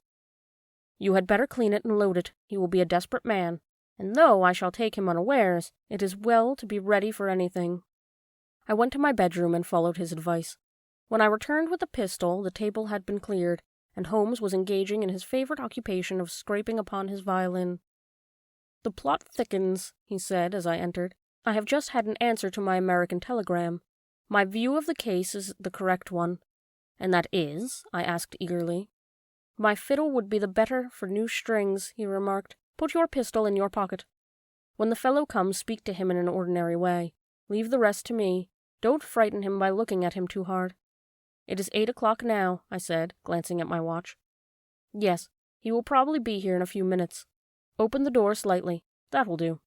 Now put the key on the inside. Thank you. This is a queer old book I picked up at that stall yesterday. De Jure Intelligence, published in Latin at Liege in the Lowlands in 1642. Charles's head was still firm on his shoulders when this little brown-backed volume was struck off. Who is the printer? Philippe de Croix, whoever he may have been. On the fly-leaf, in very faded ink, it is written, Ex Libris Guillaume White. I wonder who William White was. Some pragmatical 17th-century lawyer, I suppose. His writing has a legal twist about it. Here comes our man, I think." As he spoke, there was a sharp ring at the bell. Sherlock Holmes rose softly and moved his chair in the direction of the door. We heard a servant pass along the hall, and the sharp click of the latch as he opened it. "Does Dr. Watson live here?" asked a clear but rather harsh voice. We could not hear the servant's reply, but the door closed, and someone began to ascend the stairs. The footfall was an uncertain and shuffling one. A look of surprise passed over the face of my companion as he listened to it. It came slowly along the passage, and there was a feeble tap at the door. "Come in," I cried. At my summons, instead of the man of violence whom we expected, a very old and wrinkled woman hobbled into the apartment. She appeared to be dazzled by the sudden blaze of light, and after dropping a curtsy, she stood blinking at us with her bleared eyes and fumbling in her pocket with nervous, shaky fingers. I glanced at my companion, and his face had assumed such a disconsolate expression that it was all I could do to keep my countenance. The old crone drew out an evening paper and pointed at our advertisement. "It's this as has brought me, good gentleman," she said, dropping another curtsy. "A gold wedding ring in the Brixton Road. It belongs to my girl Sally, as was married only this time 12-month, which her husband is steward aboard a Union boat, and what he'd say if he come home and found her without her ring is more than I can think, he being short enough at the best of times, but more especially when he has the drink. If it please you, she went to the circus last night along with—" "Is that her ring?" I asked. "The Lord be thanked," cried the old woman. "Sally will be a glad woman this night. That's the ring." "And what may your address be?" I inquired, taking up a pencil. 13 Duncan Street, Houndsditch, a weary way from here." "The Brixton Road does not lie between any circus and Houndsditch," said Sherlock Holmes sharply. The woman faced round and looked keenly at her from her little red-rimmed eyes. "The gentleman asked me for my address," she said. "Sally lives in lodgings at 3 Mayfield Place, Peckham." "And your name is?" "My name is Sawyer, hers is Dennis, which Tom Dennis married her, and a smart clean lad too. As long as he's at sea, and no steward in the company more thought of, but when on shore, what with the women and what with the liquor shops—" "Here is your ring, Mrs. Sawyer," I interrupted, in obedience to a sign from my companion. "It clearly belongs to your daughter, and I am glad to be able to restore it to the rightful owner." With many mumbled blessings and protestations of gratitude, the old crone packed it away in her pocket and shuffled down the stairs. Sherlock Holmes sprang to his feet the moment that she was gone and rushed into his room. He returned in a few seconds enveloped in an ulster and a cravat. "I'll follow her," he said hurriedly. "She must be an accomplice, and will lead me to him. Wait up for me." The hall door had hardly slammed behind our visitor before Holmes had descended down the stair.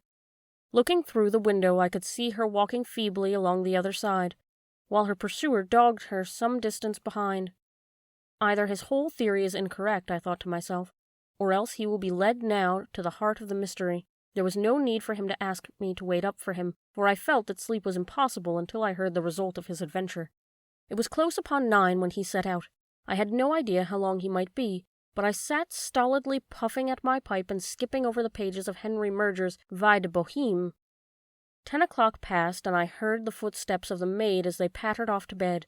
11, and the more stately tread of the landlady passed my door, bound for the same destination. It was close upon 12 before I heard the sharp sound of his latchkey. The instant he entered, I saw by his face that he had not been successful.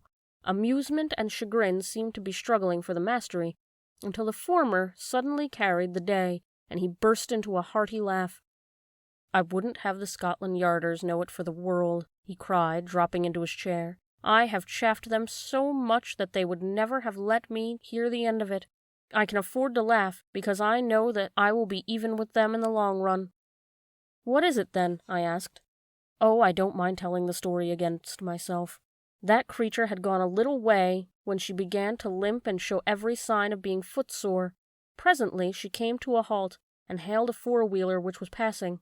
I managed to be close enough to her as to hear the address, but I need not have been so anxious, for she sang it loud enough to be heard at the other side of the street. "Drive to 13 Duncan Street, Houndsditch," she cried. This begins to look genuine, I thought, and having seen her safely inside, I perched myself behind.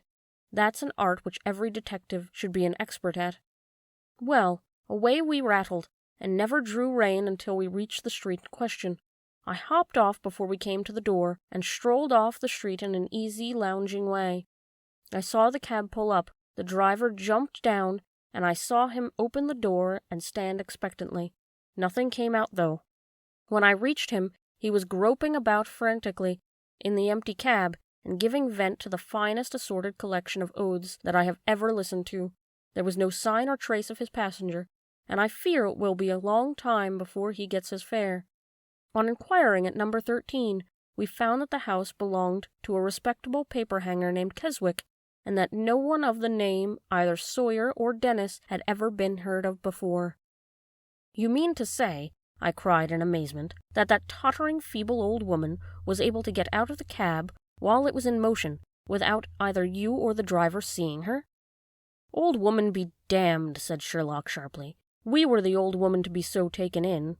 It must have been a young man, and an active one, too, besides being an incomparable actor. The get-up was inimitable.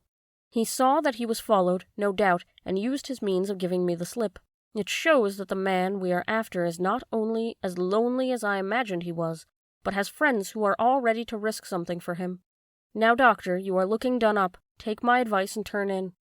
I was certainly feeling very weary, so I obeyed his injunction. I left Holmes seated in the front of the smouldering fire, and long into the watches of the night I heard the low, melancholy wailings of his violin, and knew that he was still pondering over the strange problem which he had set himself to unravel. Chapter 6. Tobias Gregson Shows What He Can Do. The papers next day were full of the Brixton mystery, as they termed it. Each had a long account of the affair, and some had leaders upon it in addition. There was some information in them which was new to me. I still retain them in my scrapbook, numerous clippings and extracts bearing upon the case. Here is the condensation of a few of them.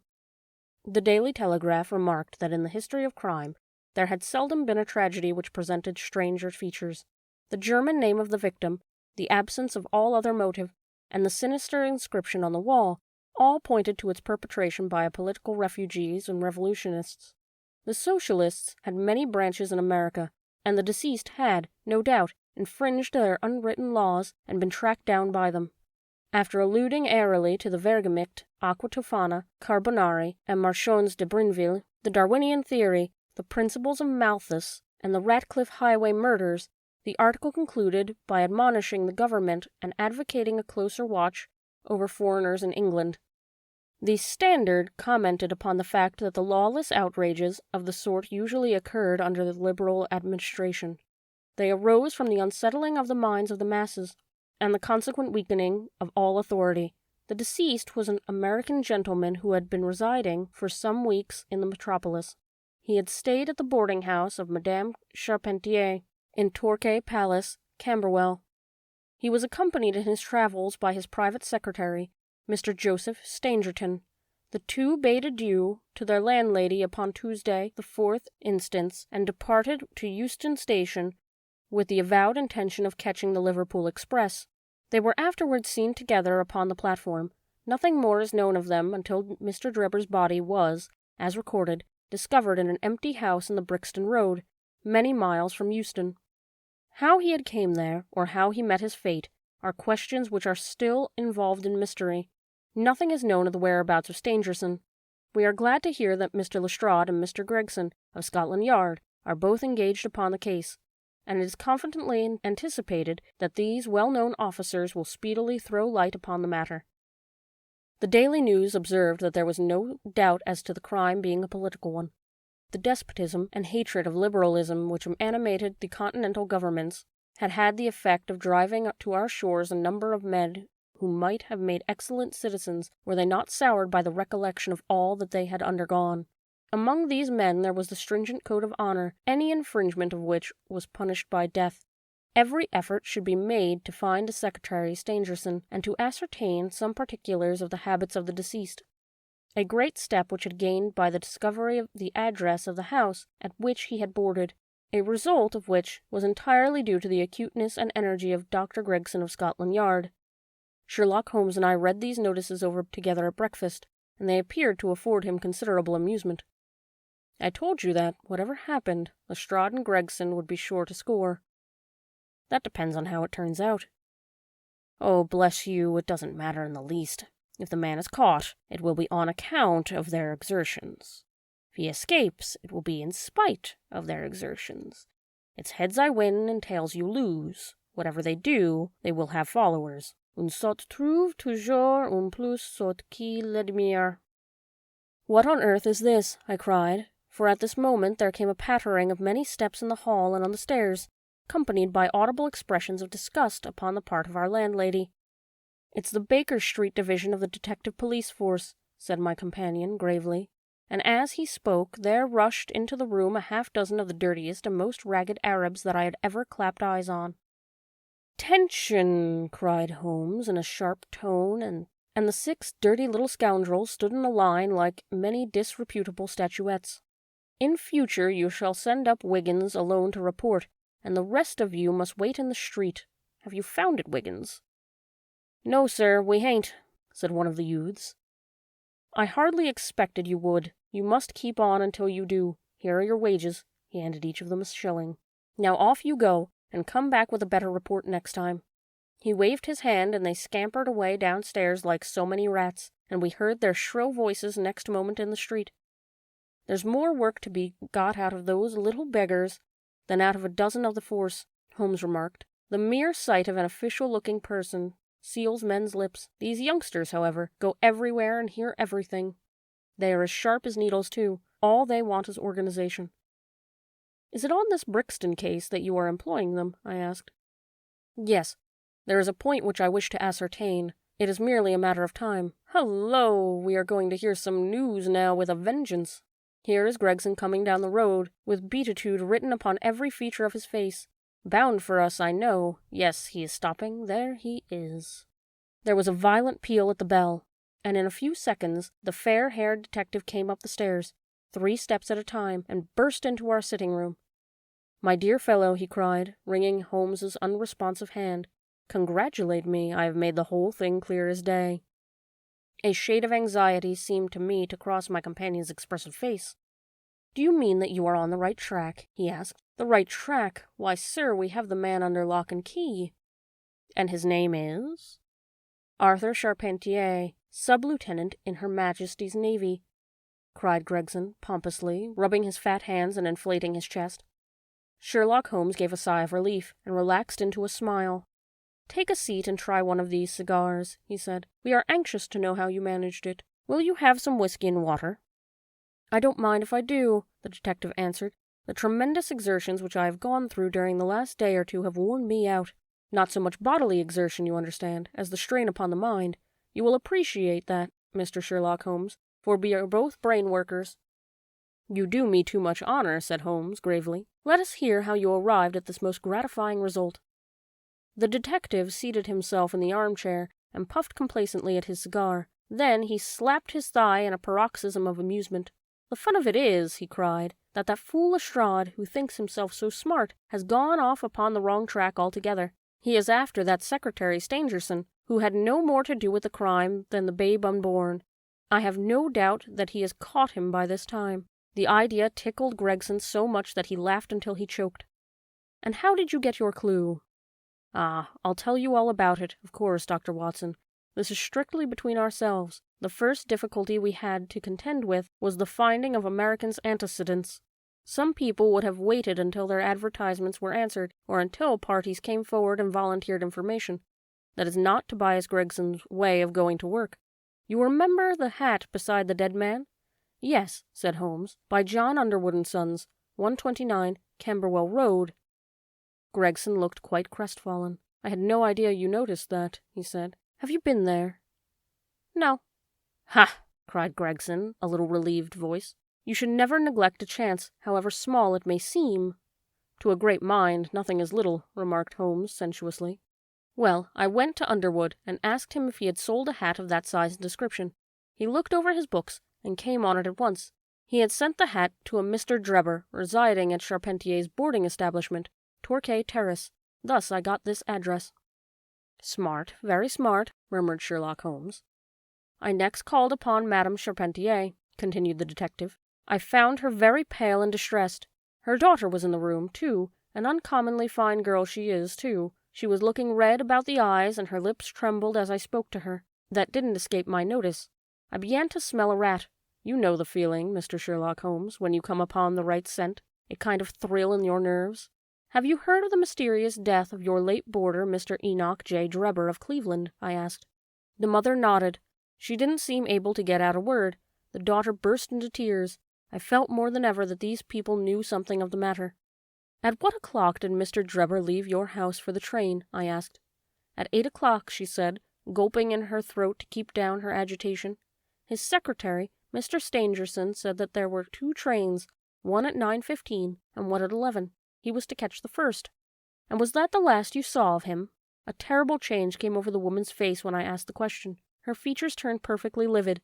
It was some seconds before she could get out the single word, yes, and when it did come, it was in a husky, unnatural tone. There was silence for a moment, and then the daughter spoke in a calm, clear voice. No good can ever come of falsehood, mother, she said. Let us be frank with this gentleman. We did see Mr. Drebber again. God forgive you, cried Madame Charpentier, throwing up her hands and sinking back in her chair. You have murdered your brother. Arthur would rather we spoke the truth, the girl answered firmly. You had best tell me all about it now, I said. Half confidences are worse than none. Besides, you do not know how much we know of it. On your head be it, Alice, cried her mother, and then, turning to me, I will tell you all, sir. Do not imagine that my agitation on behalf of my son arises from any fear lest he should have at hand in this terrible affair. He is utterly innocent of it. My dread is, however, that in your eyes and in the eyes of others he may appear to be compromised. That, however, is surely impossible. His high character, his profession, his antecedents would all forbid it. Your best way to make it a clean breast of the facts, I answered. Depend upon it, if your son is innocent, he will be none the worse. Perhaps, Alice, you had better leave us altogether, she said, and her daughter withdrew. Now, sir, she continued, I had no intention of telling you all this, but since my poor daughter has disclosed it, I have no alternative. Having once decided to speak, I will tell you all without omitting any particular. It is your wisest course, said I. Mr. Drebber has been with us nearly 3 weeks. He and his secretary, Mr. Stangerson, had been traveling on the continent. I noticed a Copenhagen label upon each of their trunks, showing that had been their last stopping place. Stangerson was a quiet, reserved man, but his employer, I am sorry to say, was far otherwise. He was coarse in his habits and brutish in his ways. The very night of his arrival, he became very much the worse for drink, and, indeed, after 12 o'clock in the day, he could hardly ever be said to be sober. His manners towards the maidservants were disgustingly free and familiar. Worst of all, he speedily assumed the same attitude towards my daughter, Alice, and spoke to her more than once in a way which, fortunately, she is too innocent to understand. On one occasion he actually seized her in his arms and embraced her, an outrage which caused his own secretary to reproach him for his unmanly conduct. But why did you stand all this? I asked. I suppose that you can get rid of your boarders when you wish. Mrs. Charpentier blushed at my pertinent question. Would to God I had given him notice on the very day that he came, she said, but it was a sore temptation. They were both paying £1 a day each, £14 a week, and this is the slack season. I am a widow, and my boy in the Navy has cost me too much. I grudged to lose the money. I acted for the best. This last was too much, however, and I gave him notice to leave on account of it. That was the reason of his going. Well? My heart grew light when I saw him drive away. My son is on leave just now, but I did not tell him anything of this, for his temper is violent, and he is passionately fond of his sister. When I closed the door behind them, a load seemed to be lifted from my mind. Alas! In less than an hour there was a ring at the bell, and I learned that Mr. Drebber had returned. He was much excited, and evidently the worse for drink. He forced his way into the room where I was sitting with my daughter, and made some incoherent remark about having missed his train. He then turned to Alice, and before my very face proposed to her that she should fly with him. "You are of age," he said, "and there is no law to stop you. I have money enough and to spare. Never mind the old girl here, but come along with me now straight away. You shall live like a princess." Poor Alice was so frightened that she shrunk away from him, but he caught her by the wrist and endeavored to draw her towards the door. I screamed, and at that moment my son Arthur came into the room. What happened then I do not know. I heard oaths and the confused sounds of a scuffle. I was too terrified to raise my head. When I did look up, I saw Arthur standing in the doorway laughing, with a stick in his hand. "I don't think that fine fellow will trouble us again," he said. "I will just go after him and see what he does with himself." With those words he took his hat and started off down the street. The next morning we heard of Mr. Drebber's mysterious death. This statement came from Mrs. Charpentier's lips, with many gasps and pauses. At times she spoke so low that I could hardly catch the words. I made shorthand notes of all that she said, however, so that there could be no possibility of a mistake. "It's quite exciting," said Sherlock Holmes with a yawn. "What happened next?" When Mrs. Charpentier paused, the detective continued, "I saw that the whole case hung up upon one point. Fixing her with my eye in a way which I always found effective with women, I asked her at what hour her son returned. "I do not know," she answered.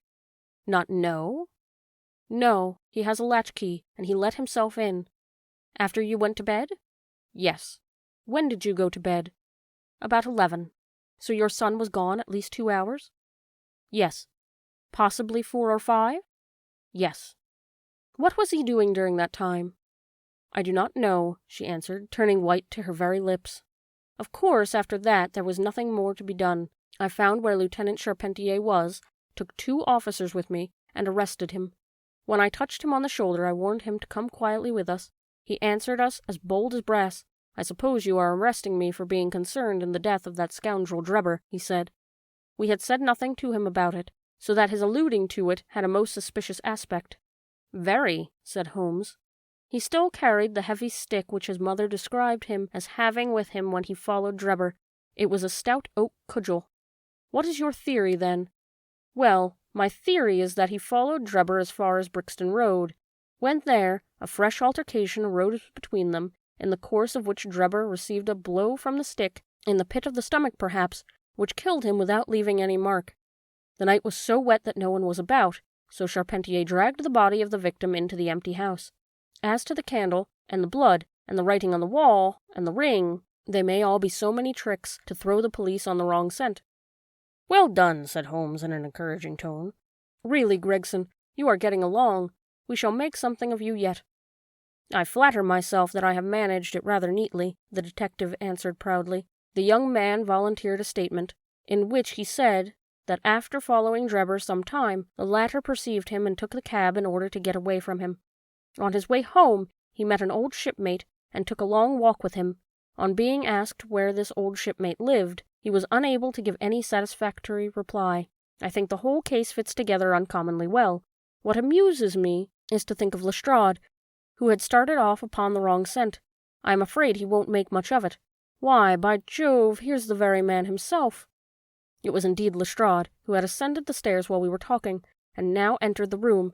The assurance and jauntiness which generally marked his demeanour and dress were, however, wanting. His face was disturbed and troubled, while his clothes were disarranged and untidy. He had evidently come with the intention of consulting with Sherlock Holmes, for on perceiving his colleague he appeared to be embarrassed and put out. He stood in the centre of the room, fumbling nervously with his hat and uncertain what to do. "This is a most extraordinary case," he said at last. "A most incomprehensible affair."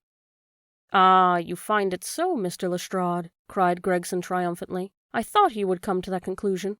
Have you managed to find the secretary, Mr. Joseph Stangerson?" "The secretary, Mr. Joseph Stangerson," said Lestrade gravely, "was murdered at Halliday's private hotel about 6 o'clock this morning." Chapter 7. Light in the Darkness. The intelligence with which Lestrade greeted us was so momentous and so unexpected that we were all three fairly dumbfounded. Gregson sprang out of his chair and upset the remainder of his whiskey and water. I stared in silence at Sherlock Holmes, whose lips were compressed and his brows drawn down over his eyes. "Stangerson, too," he muttered. "The plot thickens." "It was quite thick enough before," grumbled Lestrade, taking a chair. "I seem to have dropped into a sort of council of war." Are you sure of this piece of intelligence?" stammered Gregson. "I have just come from his room," said Lestrade. "I was the first to discover what had occurred." "We have been hearing Gregson's view of the matter," Holmes observed. "Would you mind letting us know what you have seen and done?" "I have no objection," Lestrade answered, seating himself. "I freely confess that I was of the opinion that Stangerson was concerned in the death of Drebber. The fresh development has shown me that I was completely mistaken. Full of the one idea, I set myself to find out what had become of the secretary. They had been seen together at Euston Street at 8:30 of the evening of the 3rd. At 2 in the morning Drebber had been found in the Brixton Road. The question which confronted me was to find out how Stangerson had been employed between 8:30 and the time of the crime, and what had become of him afterwards. I telegraphed to Liverpool, giving a description of the man, and warning them to keep a watch upon the American boats. I then set to work calling upon all the hotels and lodging-houses in the vicinity of Euston. You see, I argued that if Drebber and his companion had become separated, the natural course of the latter would be to put up somewhere in the vicinity for the night, and then to hang about the station again the next morning. "They would be likely to agree on some meeting-place beforehand," remarked Holmes. "So it proved. I spent the whole of yesterday evening in making enquiries entirely without avail. This morning I began very early, and at 8 o'clock I reached Halliday's private hotel in Little George Street.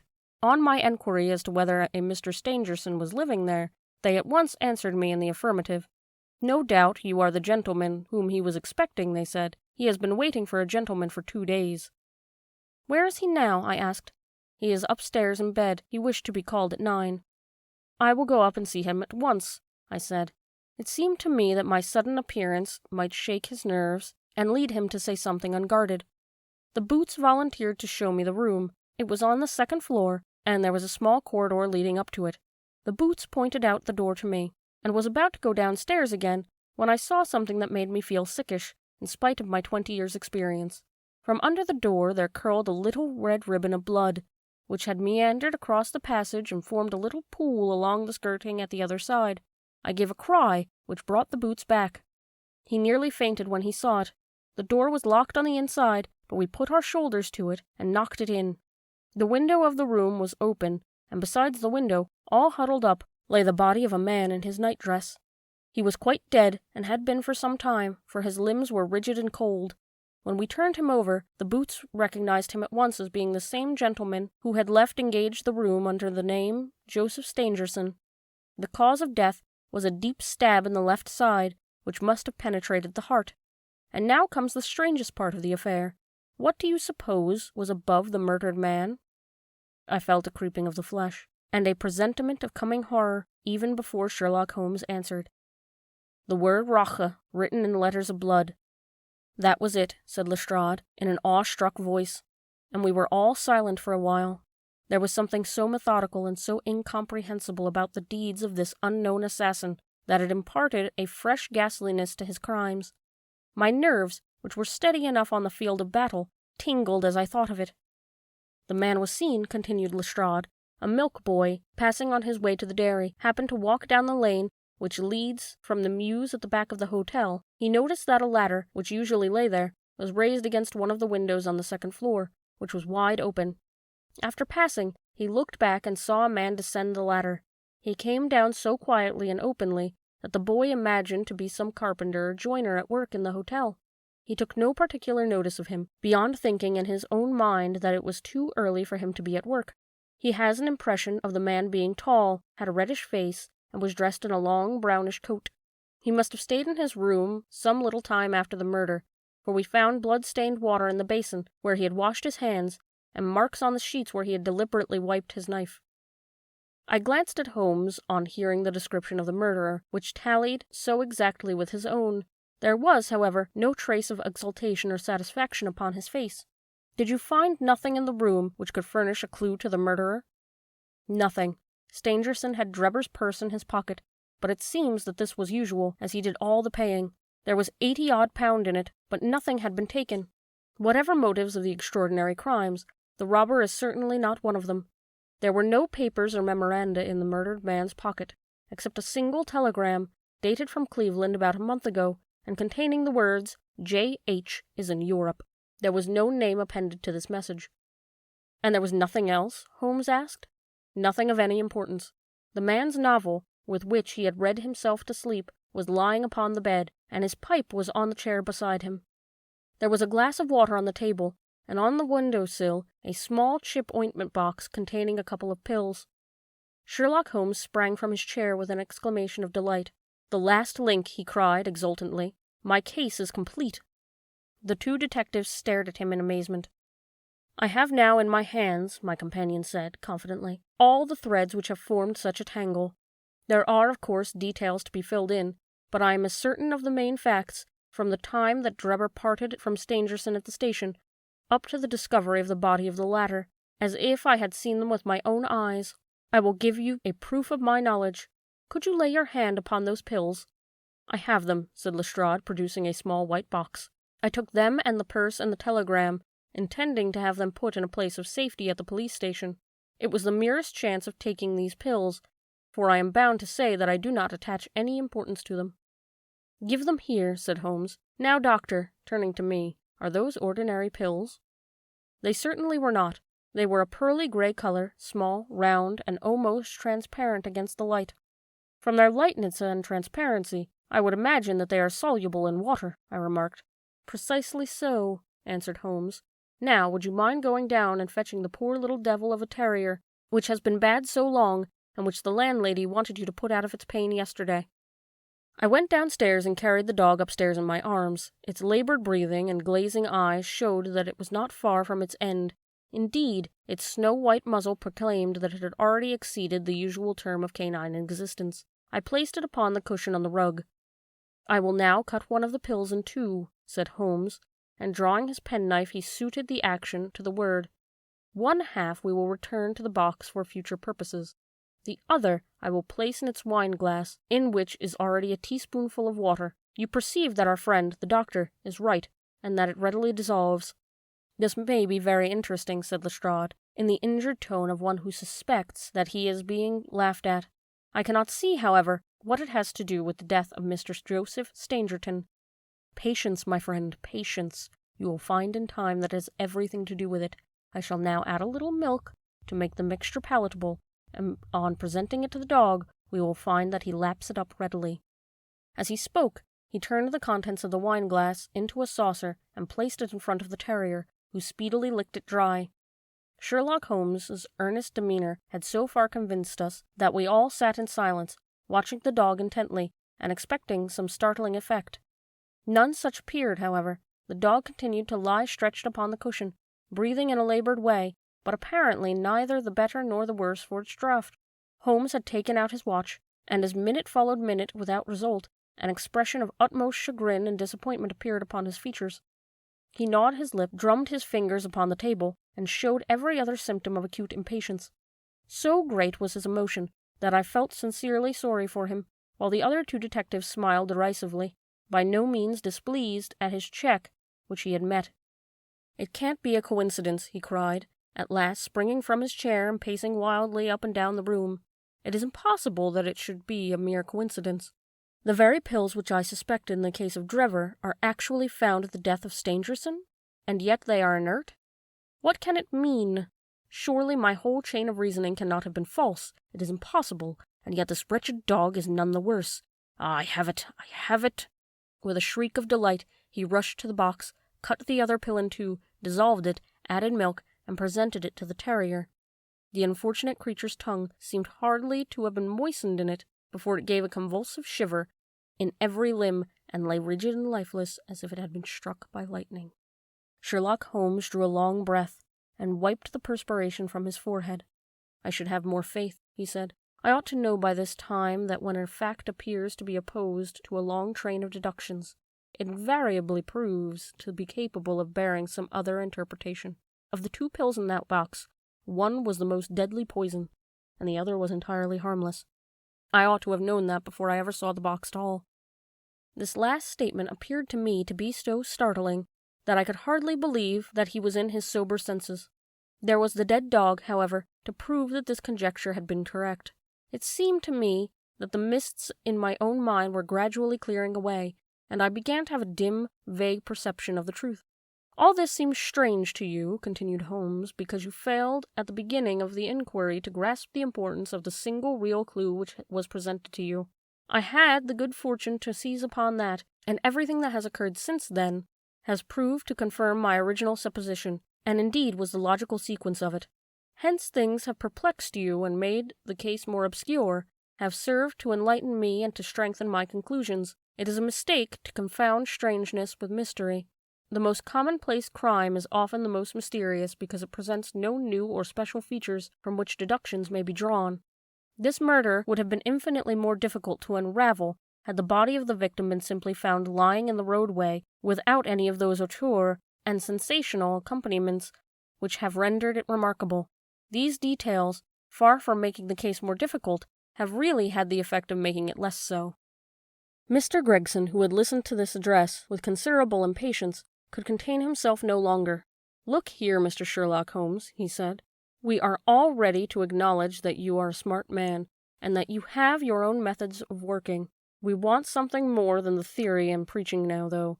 It is a case of taking the man. I have made my case out, and it seems I was wrong. Young Charpentier could not have been engaged in this second affair. Lestrade went after his man, Stangerson, and it appears that he was wrong too. You have thrown out hints here and hints there, and seem to know more than we do, but the time has come when we feel we have a right to ask you straight how much you do know of the business. Can you name the man who did it?" "I cannot help feeling that Gregson is right, sir," remarked Lestrade. "We have both tried, and we have both failed. You have remarked more than once, since I have been in the room, that you had all the evidence which you require. Surely you will not withhold it any longer." "Any delay in arresting the assassin," I observed, "might give him time to perpetrate some fresh atrocity." Thus pressed by all, Holmes showed signs of irresolution. He continued to walk up and down the room with his head sunk on his chest and his brows drawn down, as was his habit when lost in thought. "There will be no more murders," he said at last, stopping abruptly and facing us. "You can put that consideration out of question. You have asked me if I know the name of the assassin. I do. The mere knowing of his name is a small thing, however, compared to the power of laying our hands upon him, that I expect very shortly to do. I have good hopes of managing it through my own arrangements, but it is a thing which needs delicate handling, for we have a shrewd and desperate man to deal with, who is supported, as I have had occasion to prove, by another who is as clever as himself. As long as this man has no idea that anyone could have any clue that there is some chance of securing him, but if he had the slightest suspicion, he would change his name and vanish in an instant among the 4,000,000 inhabitants of this great city. Without meaning to hurt either of your feelings, I am bound to say that I consider these men to be more than a match for the official force, and that is why I have not asked for your assistance.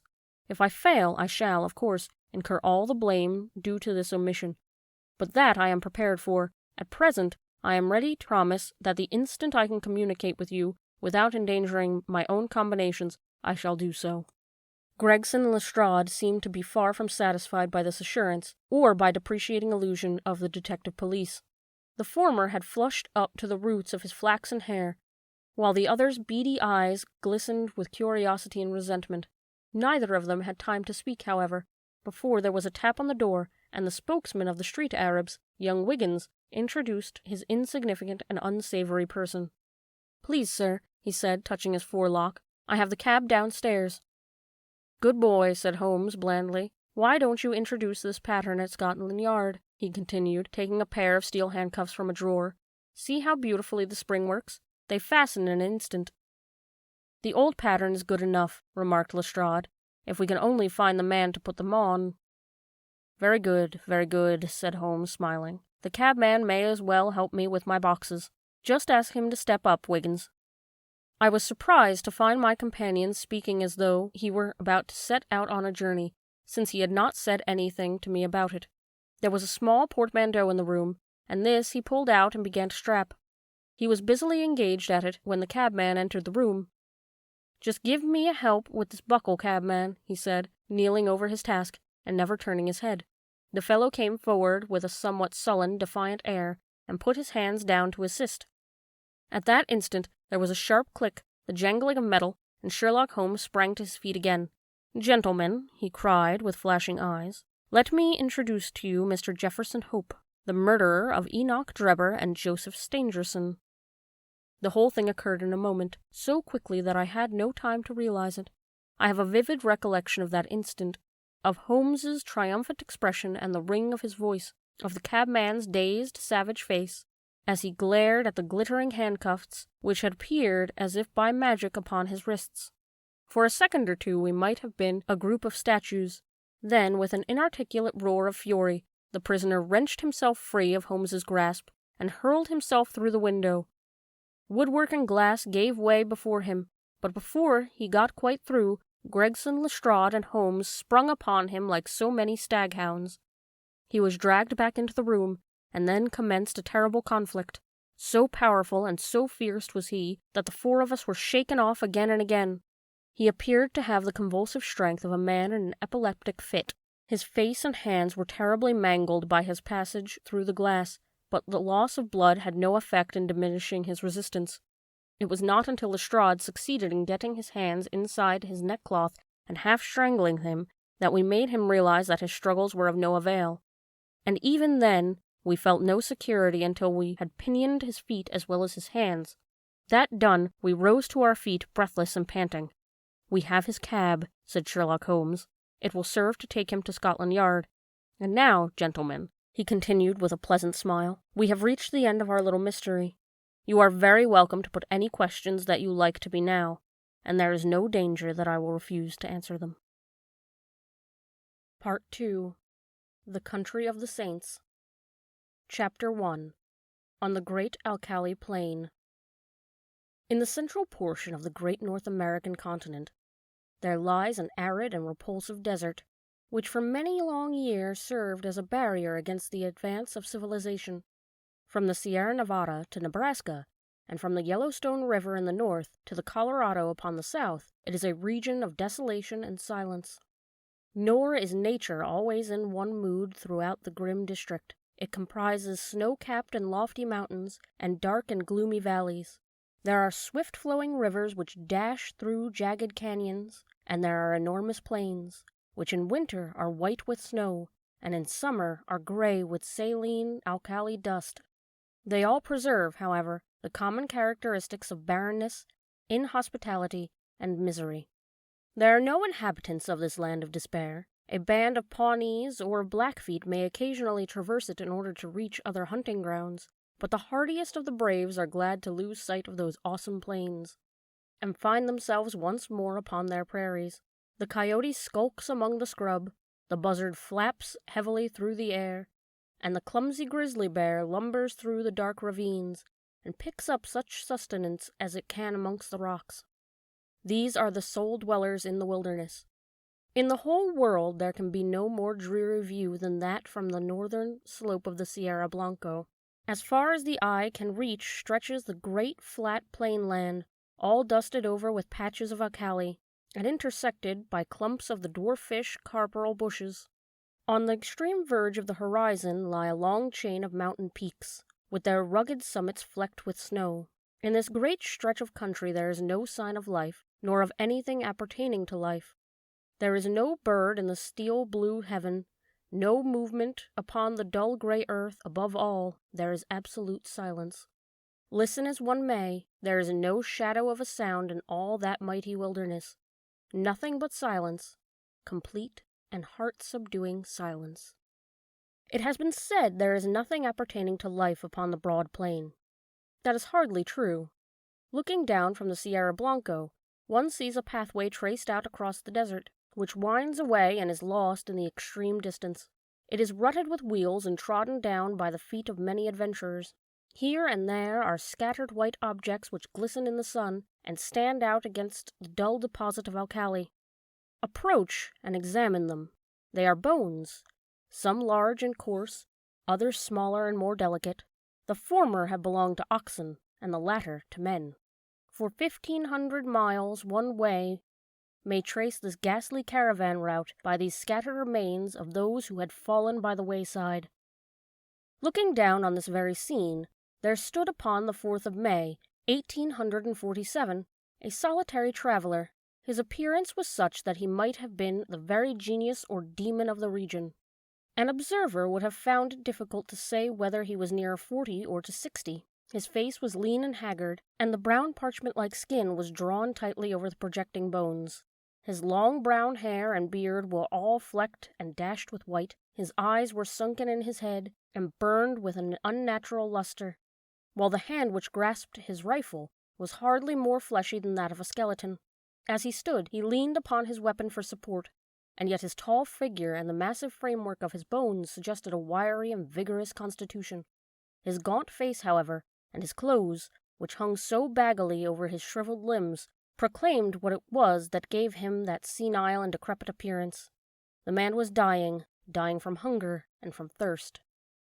He had toiled painfully down the ravine and on to this little elevation in the vain hope of seeing some signs of water. Now the great salt plain stretched before his eyes, and the distant belt of savage mountains, without a sign anywhere of plant or tree, which might indicate the presence of moisture. In all that broad landscape there was no gleam of hope. North and east and west he looked with wild, questioning eyes, and then he realized that his wanderings had come to an end, and that there, on that barren crag, he was about to die.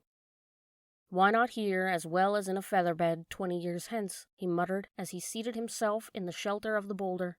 Before sitting down he had deposited upon the ground his useless rifle, and also a large bundle tied up in a grey shawl, which he had carried slung over his right shoulder. It appeared to be somewhat too heavy for his strength, for in lowering it, it came down on the ground with some little violence. Instantly there broke from the grey parcel a little moaning cry, and from it there protruded a small, scared face, with very bright brown eyes, and 2 little speckled, dimpled fists. "You've hurt me," said a childish voice reproachfully. "Have I, though?" the man answered penitently. "I didn't go for to do it." As he spoke, he unwrapped the grey shawl and extricated a pretty little girl of about 5 years of age, whose dainty shoes and smart pink frock, with its little linen apron, all bespoke a mother's care. The child was pale and wan, but her healthy arms and legs showed that she had suffered less than her companion. "How is it now?" he answered anxiously, for she was still rubbing the towsy golden curls which covered the back of her head. "Kiss it and make it well," she said, with perfect gravity, showing the injured part up to him. "That's what Mother used to do. Where's Mother?" "Mother's gone. I guess you'll see her before long." "Gone, eh?" said the little girl. "Funny, she didn't say goodbye. She most always did if she was just going over to Auntie's for tea, and now she's been away 3 days. Say, it's awful dry, ain't it? Ain't there no water, nor nothing to eat?" "No, there ain't nothing, dearie. You'll just have to be patient a while, and then you'll be all right. Put your head up agin me like that, and then you'll feel bullier. It ain't easy to talk when your lips is like leather, but I guess it'd be best let you know how the cards lie. What's that you've got?" "Pretty things, fine things," cried the little girl enthusiastically, holding up 2 glittering fragments of mica. "When we goes back home I'll give them to Brother Bob." "You'll see prettier things than them soon," said the man confidently. "Just wait a bit. I was going to tell you, though, remember when we left the river?" "Oh, yes." "Well, we reckoned we'd strike another river soon, do you see? But there was something wrong, compasses or map or something, and it didn't turn up. Water ran out, just except a little drop for the likes of you and... "And you couldn't wash yourself," interrupted his companion gravely, staring up at his grimy visage. "No, nor drink. And Mr. Bender, he was the fust to go, and then Indian Pete, and then Mrs. McGregor, and then Johnny Holmes, and then, dearie, your mother." "Then Mother's a deader too," cried the little girl, dropping her face in her pinafore and sobbing bitterly. "Yes, they all went except you and me. Then I thought there was some chance of water in this direction, so I heaved you over my shoulder and we tramped it together. It don't seem as though we've improved matters. There's an almighty small chance for us now." "Do you mean that we are going to die too?" asked the child, checking her sobs and raising her tear-stained face. "I guess that's about the size of it." "Why didn't you say so before?" she said, laughing gleefully. "You gave me such a fright. Why, of course, now as long as we die, we'll be with Mother again." "Yes, you will, dearie. And you too. I'll tell her how awful good you've been. I'll bet she meets us both at the door of heaven with a big pitcher of water and a lot of buckwheat cakes, hot and toasted on both sides, like Bob and me was fond of. How long will it be first?" "I don't know. Not very long." The man's eyes were fixed upon the northern horizon. In the blue vault of the heaven there had been 3 little specks which increased in size every moment. So rapidly did they approach. They speedily resolved themselves into 3 large brown birds which circled over the heads of the 2 wanderers, and then settled upon some rocks which overlooked them. They were buzzards, the vultures of the west, whose coming is the forerunner of death. "Cocks and hens," cried the little girl gleefully, pointing at their ill-omened forms, and clapping her hands to make them rise. "Say, did God make this country?" "In course he did," said her companion, rather startled by his unexpected question. "He made the country down in Illinois, and he made the Missouri," the little girl continued. "I guess somebody else made the country in these parts. It's not so nearly well done. They forgot the water and the trees." "What would you think of offering up prayer?" the man said diffidently. "It ain't night yet," she answered. "It don't matter. It ain't quite regular, but he won't mind that, you bet. You say them ones that you used to say every night in the wagon when we was on the plains." "Why don't you say some yourself?" the child asked with wandering eyes. "I disremember them," he answered. "I hain't said none since I was half the height of that gun. I guess it's never too late. You say them out, and I'll stand by and come in with the choruses." "Then you'll need to kneel down, and me too," she said, laying the shawl out for that purpose. "You got to put your hands up like this. It makes you feel kind of good." It was a strange sight, had there been anything but the buzzards to see it. Side by side on the narrow shawl knelt the 2 wanderers, the little prattling child and the reckless hardened adventurer. Her chubby face and his haggard angular visage were both turned up to the cloudless heaven in heartfelt entreaty to that dread being with whom they were face to face, while the 2 voices, the one thin and clear, the other deep and harsh, united in the entreaty for mercy and forgiveness. The prayer finished, and they resumed their seat in the shadow of the boulder until the child fell asleep, nestling upon the broad breast of her protector. He watched over her slumber for some time, but nature proved to be too strong for him. For 3 days and 3 nights he had allowed himself neither rest nor repose. Slowly the eyelids drooped over the tired eyes, and the head sunk lower and lower upon the breast, until the man's grizzled beard was mixed with the gold tresses of his companion, and both slept the same deep and dreamless slumber. Had the wanderer remained awake for another half-hour, a strange sight would have met his eyes. Far away on the extreme verge of the alkali plain, there rose up a little spray of dust, very slight at first, and hardly to be distinguished from the plains of the distance, but gradually growing higher and broader until it formed a solid, well-defined cloud. This cloud continued to increase in size until it became evident that it could only be raised by a great multitude of moving creatures. In more fertile spots the observer would have come to the conclusion that one of those great herds of bisons which graze upon the prairie land was approaching him. This was obviously impossible in these arid wilds. As the whirl of dust drew nearer the solitary bluff upon which the 2 castaways were reposing, the canvas-covered tilts of wagons and the figures of armed horsemen began to show up through the haze, and the apparition revealed itself as being a great caravan upon its journey to the west. But what a caravan! When the head of it had reached the base of the mountains, the rear was not yet visible on the horizon. Right across the enormous plain stretched a straggling array, wagons and carts, men on horseback and men on foot, innumerable women who staggered along under burdens, and children who toddled beside the wagons or peeped out from under the white coverings. This was evidently no ordinary party of immigrants, but rather some nomad people who had been compelled from stress of circumstances to seek themselves a new country. There rose through the clean air a confused clattering and rumbling from this great mass of humanity, with the creaking wheels and a neighing of horses. Loud as it was not sufficient to rouse the 2 tired wayfarers above them. At the head of the column there rode a score or more of grave iron-faced men, clad in somber homespun garments and armed with rifles. On reaching the base of the bluff, they halted and held a short council among themselves. "The wells are to the right, my brothers," said one, a hard-lipped, clean-shaven man with grizzly hair. "To the right of the Sierra Blanco, so shall we reach the Rio Grande," said another. "Fear not for water," cried a third. "He who could draw it from the rocks will not now abandon his own chosen people."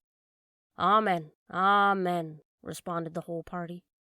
They were about to resume their journey when one of the youngest and keenest-eyed uttered an exclamation and pointed up at the rugged crag above them. From its summit there fluttered a little wisp of pink, showing up hard and bright against the gray rocks behind. At the sight there was a general reining up of horses and unslinging of guns, while the fresh horsemen came up galloping to reinforce the vanguard. The word "Redskins" was on every lip. "There can't be any number of Injuns here," said the elderly man who appeared to be in command. "We have passed the Pawnees, and there are no other tribes until we cross the great mountains." "Shall I go forth and see, Brother Stangerson?" asked one of the band. And I," cried a dozen voices. "Leave your horses below, and we will await you here," the elder answered. In a moment the young fellows had dismounted, fastened their horses, and were ascending the precipitous slope which led up to the object which had excited their curiosity. They advanced rapidly and noiselessly, in the confidence and dexterity of practiced scouts. The watchers from the plain below could see them flit from rock to rock until their figures stood out against the skyline. The young man who had first given the alarm was leading them.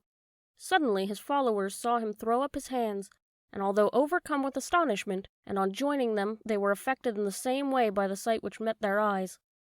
On the little plateau which crowned the barren hill there stood a single giant boulder, and against this boulder there lay a tall man, long-bearded and hard-featured, but of an excessive thinness, his placid white arms encircling his brown sinewy neck, and her golden-haired head resting upon the breast of his velveteen tunic.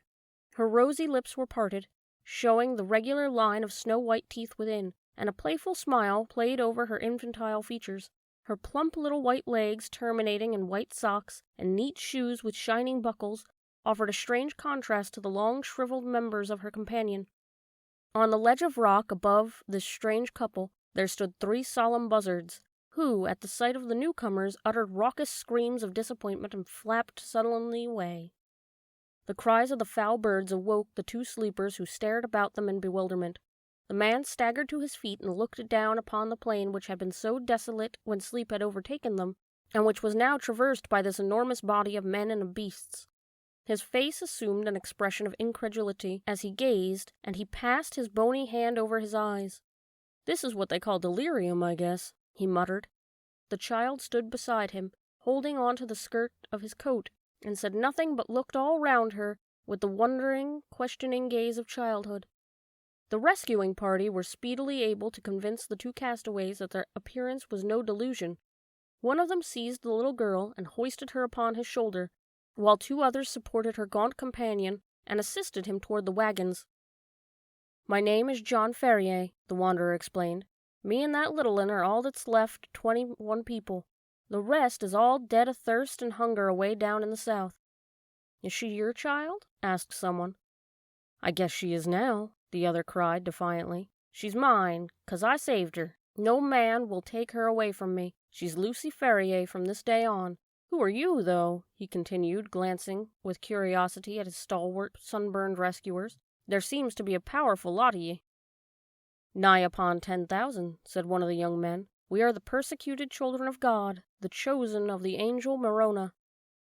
"I never heard tell on him," said the wanderer. "He appears to have chosen a fair crowd of ye." "Do not jest at that which is sacred," said the other sternly. "We are of those who believe in those sacred writings, drawn in Egyptian letters on plates of beaten gold, which were handed unto the holy Joseph Smith at Palmyra. We have come from Nauvoo, in the state of Illinois, where we had founded our temple. We have come to seek refuge from the violent man and from the godless, even though it be from the heart of the desert." The name of Nauvoo evidently recalled some recollections from John Ferrier. "I see," he said. "You are the Mormons." "We are the Mormons," answered his companions with one voice. "And where are you going?" "We do not know. The hand of God is leading us under the person of our prophet. You must come before him. He shall say what is to be done with you." They had reached the base of the hill by this time, and were surrounded by crowds of the pilgrims, pale-faced, meek-looking women, strong, laughing children, and anxious, earnest-eyed men. Many were the cries of astonishment and of commiseration which arose from them when they perceived the youth of one of the strangers and the destitution of the other. Their escort did not halt, however, but pushed on, followed by the great crowd of Mormons, until they reached a wagon, which was conspicuous for its great size and for the gaudiness and smartness of its appearance. 6 horses were yoked to it, whereas the others were furnished with 2 or, at most, 4 apiece. Beside the driver there sat a man who could not have been more than 30 years of age, but whose massive head and resolute expression marked him as a leader. He was reading a brown-backed volume, but as the crowd approached, he laid it aside and listened attentively to an account of the episode. Then he turned to the 2 castaways. "If we take you with us," he said in solemn words, "it can only be as believers in our own creed. We shall have no wolves in our fold. Better far that your bones should bleach in this wilderness than that you should prove to be that little speck of decay which in time corrupts the whole fruit. Will you come with us on these terms?" "I guess I'll come with you on any terms," said Ferrier, with such emphasis that the grave elders could not restrain a smile. The leader alone retained his stern, impressive expression. "Take him, Brother Stangerson," he said. "Give him food and drink, and the child likewise. Let it be your task also to teach him our holy creed. We have delayed long enough. Forward, on to Zion." On to Zion," cried the crowd of Mormons, and the words rippled down the long caravan, passing from mouth to mouth until they died away in a dull murmur in the far distance. With the cracking of whips and the creaking of wheels, the great wagons got into motion, and soon the whole caravan was winding along once more. The elder, to whose care the 2 waifs had been committed, led them to his wagon, where a meal was already awaiting them. "You shall remain here," he said. "In a few days you will have recovered from your fatigues. In the meantime, remember that now and forever you are of our religion. Brigham Young has said it, and he has spoken with the voice of Joseph Smith, which is the voice of God." Chapter 2. The Flower of Utah. This is not the place to commemorate the trials and privations endured by the immigrant Mormons before they came to their final heaven. From the shores of the Mississippi to the western slopes of the Rocky Mountains, they had struggled on with a constancy almost unparalleled in history. The savage man and the savage beast, hunger, thirst, fatigue, and disease, every impediment which nature could place in the way, had all been overcome with Anglo-Saxon tenacity. Yet the long journey and the accumulated terrors had shaken the hearts of the stoutest among them. There was not one who did not sink upon his knees in heartfelt prayer when they saw the broad valley of Utah bathed in sunlight beneath them, and learned from the lips of their leader that it was the promised land, and that these virgin acres were to be theirs forevermore. Young speedily proved himself to be a skillful administrator as well as a resolute chief. Maps were drawn and charts prepared, in which the future city was sketched out. All around, farms were apportioned and allotted in proportion to the standing of each individual. The tradesman was put his trade, and the artisan to his calling. In the town, streets and squares sprang up as if by magic. The country there was draining and hedging, planting and clearing, until the next summer saw a whole country golden with wheat crop. Everything prospered in the strange settlement. Above all, the great temple which they had erected in the center of the city grew even taller and larger. From the first blush of dawn until the closing of twilight, the clatter of the hammer and the rasp of the saw was never absent from the monument which the immigrants erected to him who had led them safe through many dangers. The 2 castaways, John Ferrier and the little girl who had shared his fortunes, had been adopted as his daughter, accompanied by the Mormons to the end of their great pilgrimage. Little Lucy Ferrier was born among, pleasantly enough, in Elder Stangerson's wagon, a retreat which she shared with the Mormon's 3 wives and his son, a headstrong forward boy of 12. Having rallied with the elasticity of childhood from the shock caused by her mother's death, she soon became a pet with the women, and reconciled herself to this new life in her moving canvas-colored home. In the meantime, Ferrier, having recovered from his privations, distinguished himself with a useful guide and an indefatigable hunter. So rapidly did he gain the esteem of his new companions that when they reached the end of their wanderings, it was unanimously agreed that he should be provided with as large and as fertile a tract of land as any of the settlers.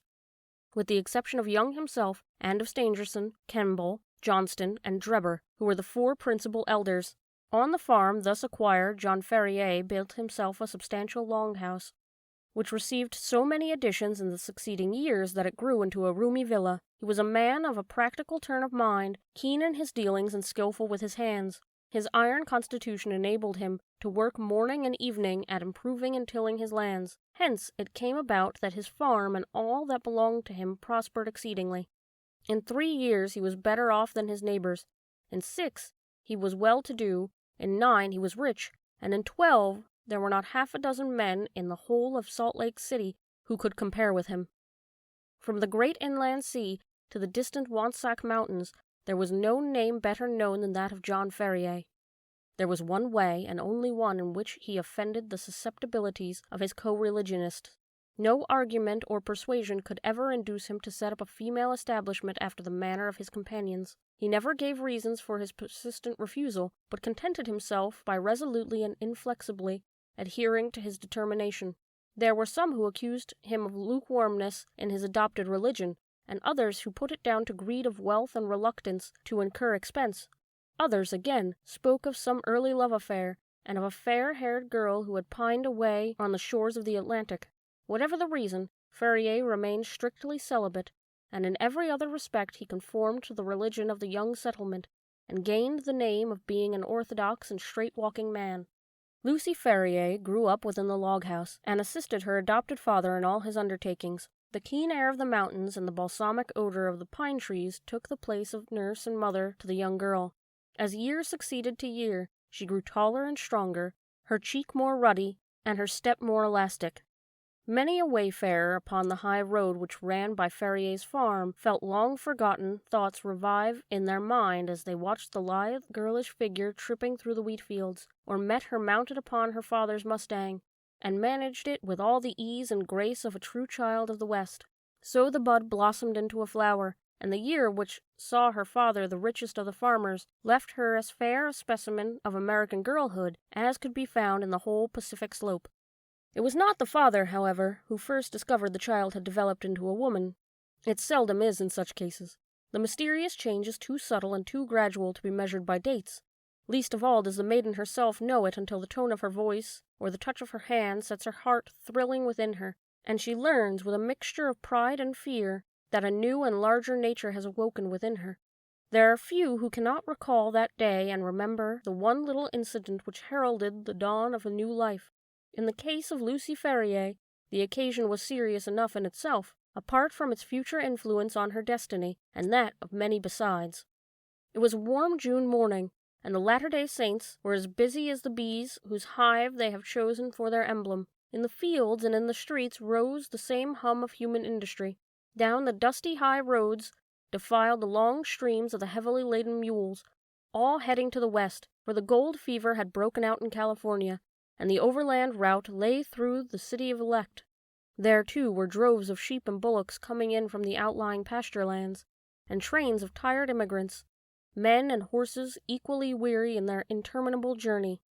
Through all this motley assemblage, threading her way with the skill of an accomplished rider, there galloped Lucy Ferrier, her fair face flushed with the exercise and her long chestnut hair floating out behind her. She had a commission from her father in the city, and was dashing in as she had done many a time before, with all the fearlessness of youth, thinking only of her task and how it was to be performed. The travel-stained adventurers gazed after her in astonishment, and even the unemotional Indians, journeying in with their pelties, relaxed their accustomed stoicism as they marveled at the beauty of the pale-faced maiden. She reached the outskirts of the city, where she found the road blocked by a great drove of cattle, driven by a half-dozen wild-looking herdsmen in the plains. In her impatience she endeavored to pass the obstacle by pushing her horse into what appeared to be a gap. Scarcely she had got fairly into it, however, before the beasts closed in behind her, and she found herself completely embedded in the moving stream of a fierce-eyed, long-horned bullocks. Accustomed as she was to deal with the cattle, she was not alarmed at her situation, but took advantage of every opportunity to urge the horse on in hopes of pushing her way through the cavalcade. Unfortunately, the horns of one of the creatures, either by accident or design, came in violent contact with the flank of the mustang, and excited it to madness. In an instant it reared up upon its hind legs with a sort of rage, and pranced and tossed in a way that would have unseated any but the most skillful rider. The situation was full of peril. Every plunge of the excited horse brought it against the horns again, and goaded it into fresh madness. It was all that the girl could do to keep herself in the saddle, yet a slip would mean a terrible death under the hoofs of the unwieldy and terrified animals. Unaccustomed to sudden emergencies, her head began to swim, and her grip upon the bridle to relax. Choked by the rising cloud of dust, and by the steam from the struggling creatures, she might have abandoned her efforts in despair, but for a kindly voice at her elbow which assured her of assistance. At the same moment a sinewy brown hand caught the frightened horse by the curb, and forcing a way through the drove, soon brought her to the outskirts. "You're not hurt, I hope, miss," said the preserver respectfully. She looked up at his dark, fierce face and laughed saucily. "I'm awfully frightened," she said naively. "Whoever would have thought that Poncho would have been so scared by a lot of cows?" "Thank God that you kept your seat," the other said earnestly. He was a tall, savage-looking young fellow, mounted on a powerful roan horse, and clad in the rough dress of a hunter, with a long rifle slung over his shoulders. "I guess you are the daughter of John Ferrier," he remarked. "I saw you ride down from his house. When you see him, ask him if he remembers Jefferson Hopes of St. Louis. If he's the same Ferrier, my father and he were pretty thick." "Hadn't you better come and ask yourself?" she asked demurely. The other fellow seemed pleased at the suggestion, and his dark eyes sparkled over with pleasure. "I'll do so," he said. "We've been in the mountains for 2 months, and are not over and above in visiting condition. He must take us as he finds us." "He has a good deal to thank you for, and so have I," she answered. "He's awful fond of me. If those cows had jumped on me, he'd never got over it." "Neither would you," said her companion. "You, well, I don't see that it make much matter to you, anyhow. You ain't even a friend of ours." The young hunter's dark face grew so gloomy over this remark that Lucy Ferrier laughed out loud. "There, I didn't mean that," she said. "Of course you are a friend now. You must come and see us. Now I must push along, or father won't trust me with his business any more. Goodbye." "Goodbye," he answered, raising his broad sombrero and bending over her little hand. She wheeled her Mustang round, gave it a cut with her riding whip, and darted away down the broad road in a rolling cloud of dust. Young Jefferson Hope rode on with his companions, gloomy and taciturn. He and they had been among the Nevada mountains prospecting for silver, and were returning to Salt Lake City in the hope of raising capital enough to work some lodes which they had discovered.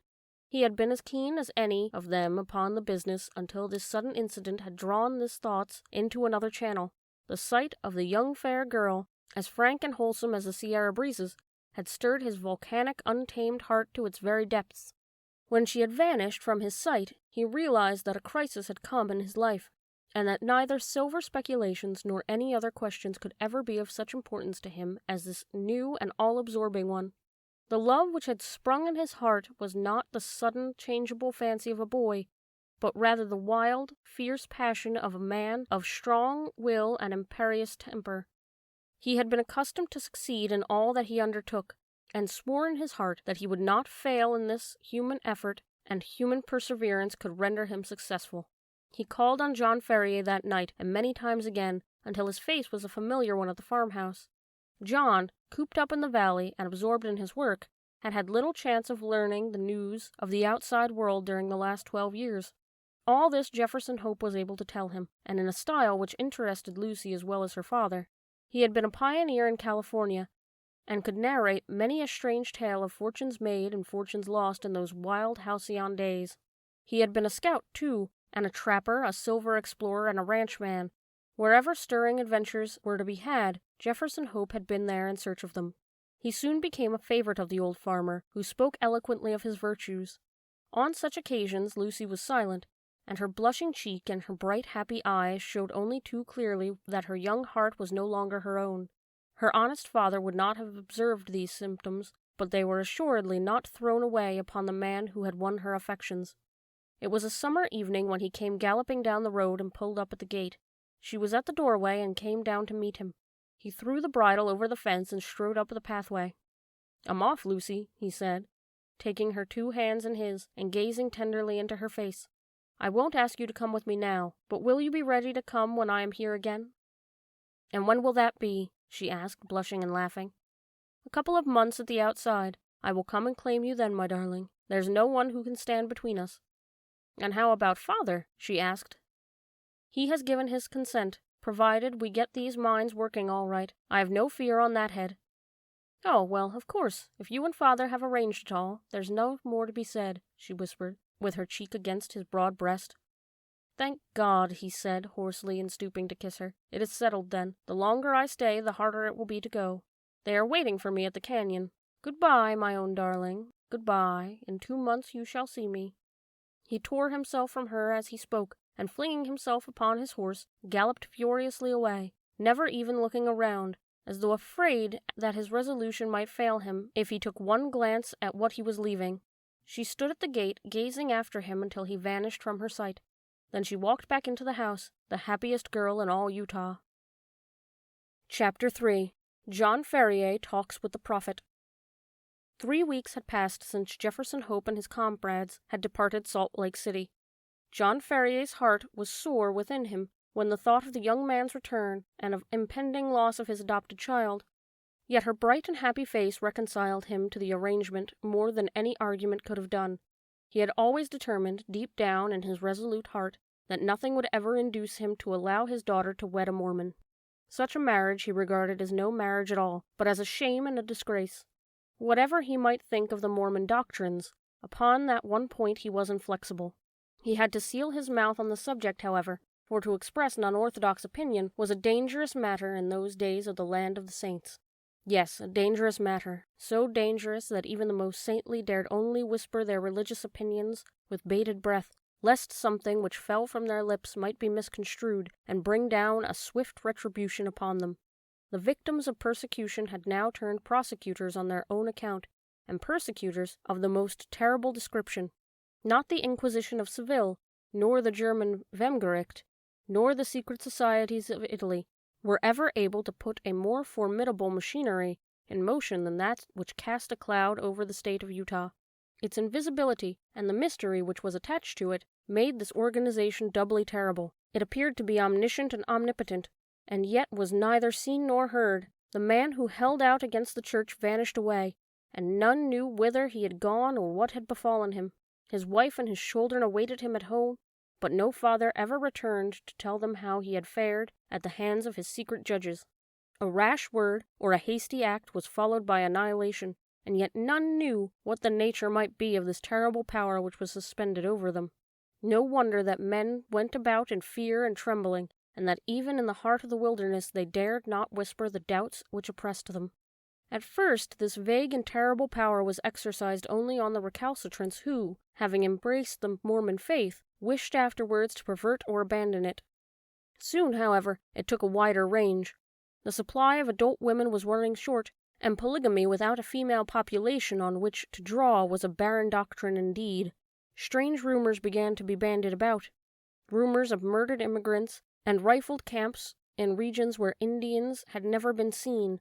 Fresh women appeared in the harems of the elders, women who pined and wept and bore their faces the traces of an inextinguishable horror. Belated wanderers upon the mountains spoke of gangs and armed men, masked, stealthy, and noiseless, who flitted by them in the darkness.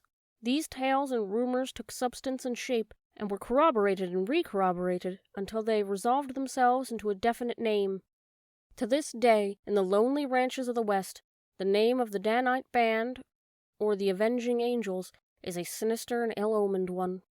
The fuller knowledge of the organization which produced such terrible results served to increase rather than to lessen the horror which it inspired in the minds of men. None knew who belonged to this ruthless society. The names of the participators and the deeds of blood and violence, done under the name of religion, were kept profoundly secret.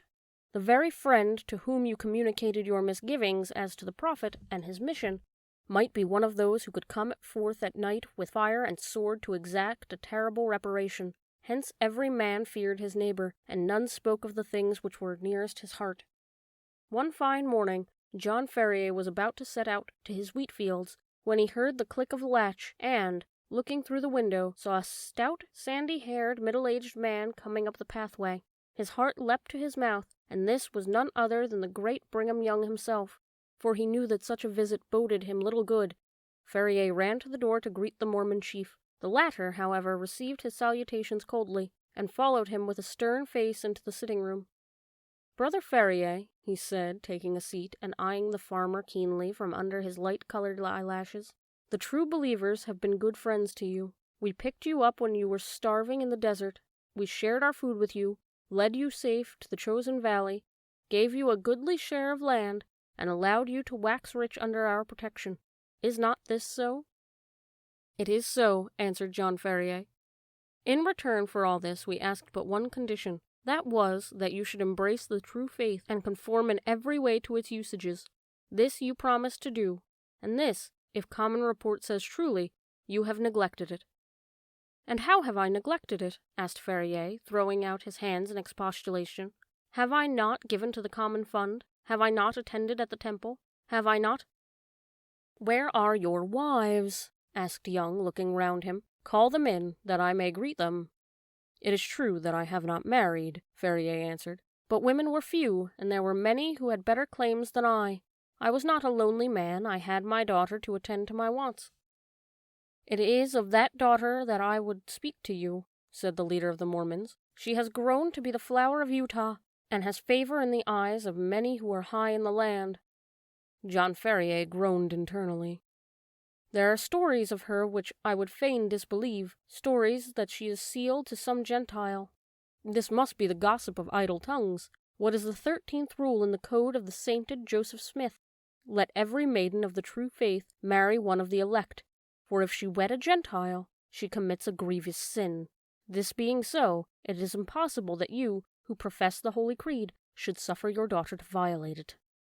John Ferrier made no answer, but he played nervously with his riding-whip. "Upon this one point your whole faith shall be tested. So it has been decided in the sacred council of 4.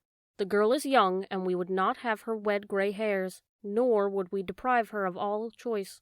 We elders have many heifers, but our children must also be provided.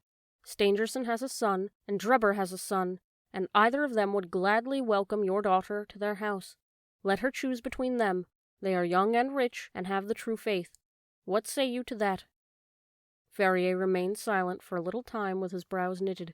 "You will give us time," he said at last. "My daughter is very young. She is scarce of an age to marry." "She shall have a month to choose," said Young, rising from his seat. "At the end of that time she shall give her answer." He was passing through the door, when he turned, with a flushed face and flashing eyes. "It were better for you, John Ferrier," he thundered, "that you and she were now lying blanched skeletons upon the Sierra Blanco, than that you should put your weak wills against the orders of the Holy 4. With a threatening gesture of his hand, he turned from the door, and Ferrier heard his heavy steps scrunching along the shingly path. He was still sitting with his elbows upon his knees, considering how he should broach the matter to his daughter, when a soft hand was laid upon his, and looking up, he saw her standing beside him. One glance at her pale, frightened face showed him that she had heard what had passed. "I could not help it," she said, in answer to his look. His voice rang through the house. "Oh, father, father, what shall we do?" "Don't you scare yourself," he answered, drawing her up to him, and passing his broad, rough hand caressingly over her chestnut hair. "We'll fix it up somehow or another. You don't find your fancy kind a lessening for this chap, do you?" A sob and a squeeze of his hand was her only answer. "No, of course not. I shouldn't care to hear you say you did. He's likely a lad, and he's a Christian, which is more than these folks here, in spite of all their praying and preaching. There's a party starting for Nevada tomorrow, and I'll manage to send him with a message, letting him know the hole we are in. If I know anything of that young man, he'll be back here with a speed that would whip electric telegraphs." Lucy laughed through her tears at her father's description. "When he comes, he will advise us for the best, but it is for you that I am frightened, dear. One hears such dreadful stories about those who oppose the prophet. Something terrible always happens to them." "But we haven't opposed him yet," her father answered. "It will be time to look out for squalls when we do. We have a clear month before us. At the end, I guess we best shin out of Utah." "Leave Utah? That's about the size of it." "But the farm?" "We will raise as much as we can in money and let the rest go. Tell the truth, Lucy, it isn't the first time I've thought of doing it. I don't care about knuckling under to any man, as these folk do to their darn prophet. I'm a free-born American, and it's all new to me. Guess I'm too old to learn." If he comes browsing about this farm, he might chance to run up against a charge of buckshot traveling in the opposite direction." "But they won't let us leave," his daughter objected. "Wait till Jefferson comes, and we'll soon manage that. In the meantime, don't you fret yourself, my dearie, and don't get your eyes swelled up, else he'll be walking into me when he sees you. There's nothing to be afeared about, and there's no danger at all." John Ferrier uttered those consoling remarks in a very confident tone, but she could not help observing that he paid unusual care to the fastening of the doors that night, and that he carefully cleaned and loaded the rusty old shotgun which hung upon the wall of his bedroom. Part 2, Chapter 4. A Flight for Life. On the morning which followed his interview with the Mormon prophet, John Ferrier went into Salt Lake City, and having found his acquaintance, who was bound for the Nevada mountains, he entrusted him with his message to Jefferson Hope. In it he told the young man of the imminent danger which threatened them, and how necessary it was that he should return. Having done thus, he felt easier in his mind, and returned home with a lighter heart. As he approached his farm, he was surprised to see a horse hitched to each of the posts of the gate. Still more surprised was he on entering to find 2 young men in possession of his sitting room. One, with a long pale face, was leaning back in the rocking chair, with his feet cocked up upon the stove. The other, a bull-necked youth with coarse bloated features, was standing in front of the window with his hands in his pocket, whistling a popular hymn. Both of them nodded to Ferrier as he entered, and the one in the rocking chair commenced with conversation. "Maybe you don't know us," he said. "This here is the son of Elder Drebber, and I'm Joseph Stangerson, who traveled with you in the desert when the Lord stretched out his hand and gathered you into the true fold." "As he will all the nations in his own good time," said the other in a nasal voice. "He grindeth slowly, but exceedingly small." John Ferrier bowed coldly. He had guessed who his visitors were. "We have come," continued Stangerson, "at the advice of our fathers to solicit the hand of your daughter, for whichever of us may seem good to you and to her. As I have but 4 wives and Brother Drebber here has 7, it appears to me that my claim is the stronger one." "Nay, nay, Brother Stangerson," cried the other. "The question is not how many wives we have, but how many we can keep. My father has now given over his mills to me, and I am the richer man." "But my prospects are better," said the other warmly. "When the Lord removes my father, I shall have his tanning yard and his leather factory. Then I am your elder, and am higher in the church." "It will be for the maiden to decide," rejoined young Drebber, smirking at his own reflection in the glass. "We will leave it all to her decision." During this dialogue, John Ferrier had stood fuming in the doorway, hardly able to keep his riding whip from the backs of his 2 visitors. "Look here," he said, striding up to them. "When my daughter summons you, you can come, but until then I don't want to see your faces again." The 2 Mormons stared at him in amazement. In their eyes, this competition between them for the maiden's hand was the highest of honors both to her and her father. "There are 2 ways out of the room," cried Ferrier. "There's the door and there's the window. Which do you care to use?" His brown face looked so savage, and his gaunt hands so threatening, that his visitors sprang to their feet and beat a hurried retreat. The old farmer followed them to the door. "Let me know when you have settled which it is to be," he said sardonically. "You shall smart for this," Stangerson cried, white with rage. "You have defied the prophet and the council of 4. You shall rue it to the end of your days." "The hand of the Lord shall be heavy upon you," cried young Drebber. "We will arise and smite you." "Then I'll start the smiting," exclaimed Ferrier furiously, and would have rushed upstairs for his gun had not Lucy seized him by the arm and restrained him. Before he could escape from her, the clatter of horses' hoofs told him that they were beyond his reach. "The young canting rascals!" he exclaimed, wiping the perspiration from his forehead. "I would sooner see you in your grave, my girl, than the wife of either of them." "And so should I, father," she answered with spirit, "but Jefferson will soon be here." "Yes, it will not be long before he comes, the sooner the better, for we do not know what their next move may be." It was, indeed, high time that someone capable of giving advice and help should come to the aid of the sturdy old farmer and his adopted daughter. In the whole history of the settlement, there had never been such a case of rank disobedience to the authority of the elders. If minor errors were punished so sternly, what would be the fate of this arch-rebel? Ferrier knew that his wealth and position would be of no avail to him. Others as well, known as rich as himself, had been spirited away before now, and their goods given over to the church. He was a brave man, but he trembled at the vague, shadowy terrors which hung over him.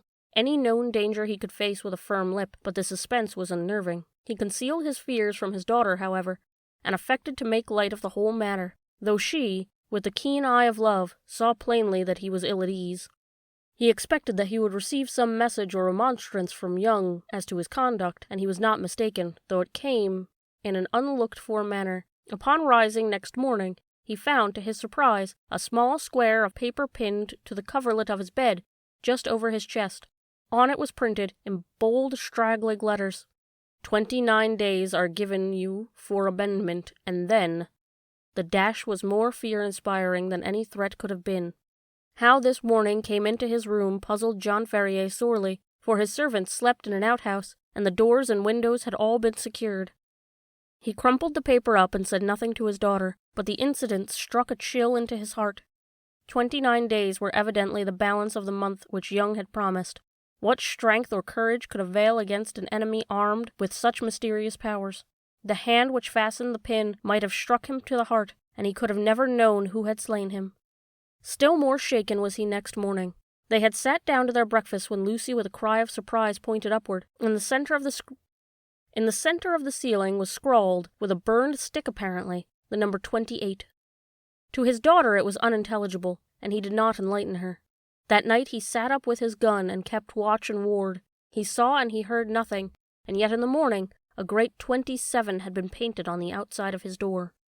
Thus day after day, and as sure as morning came, he found that his unseen enemies had kept their register, and had marked up some conspicuous position how many days were still left to him out of the month of grace.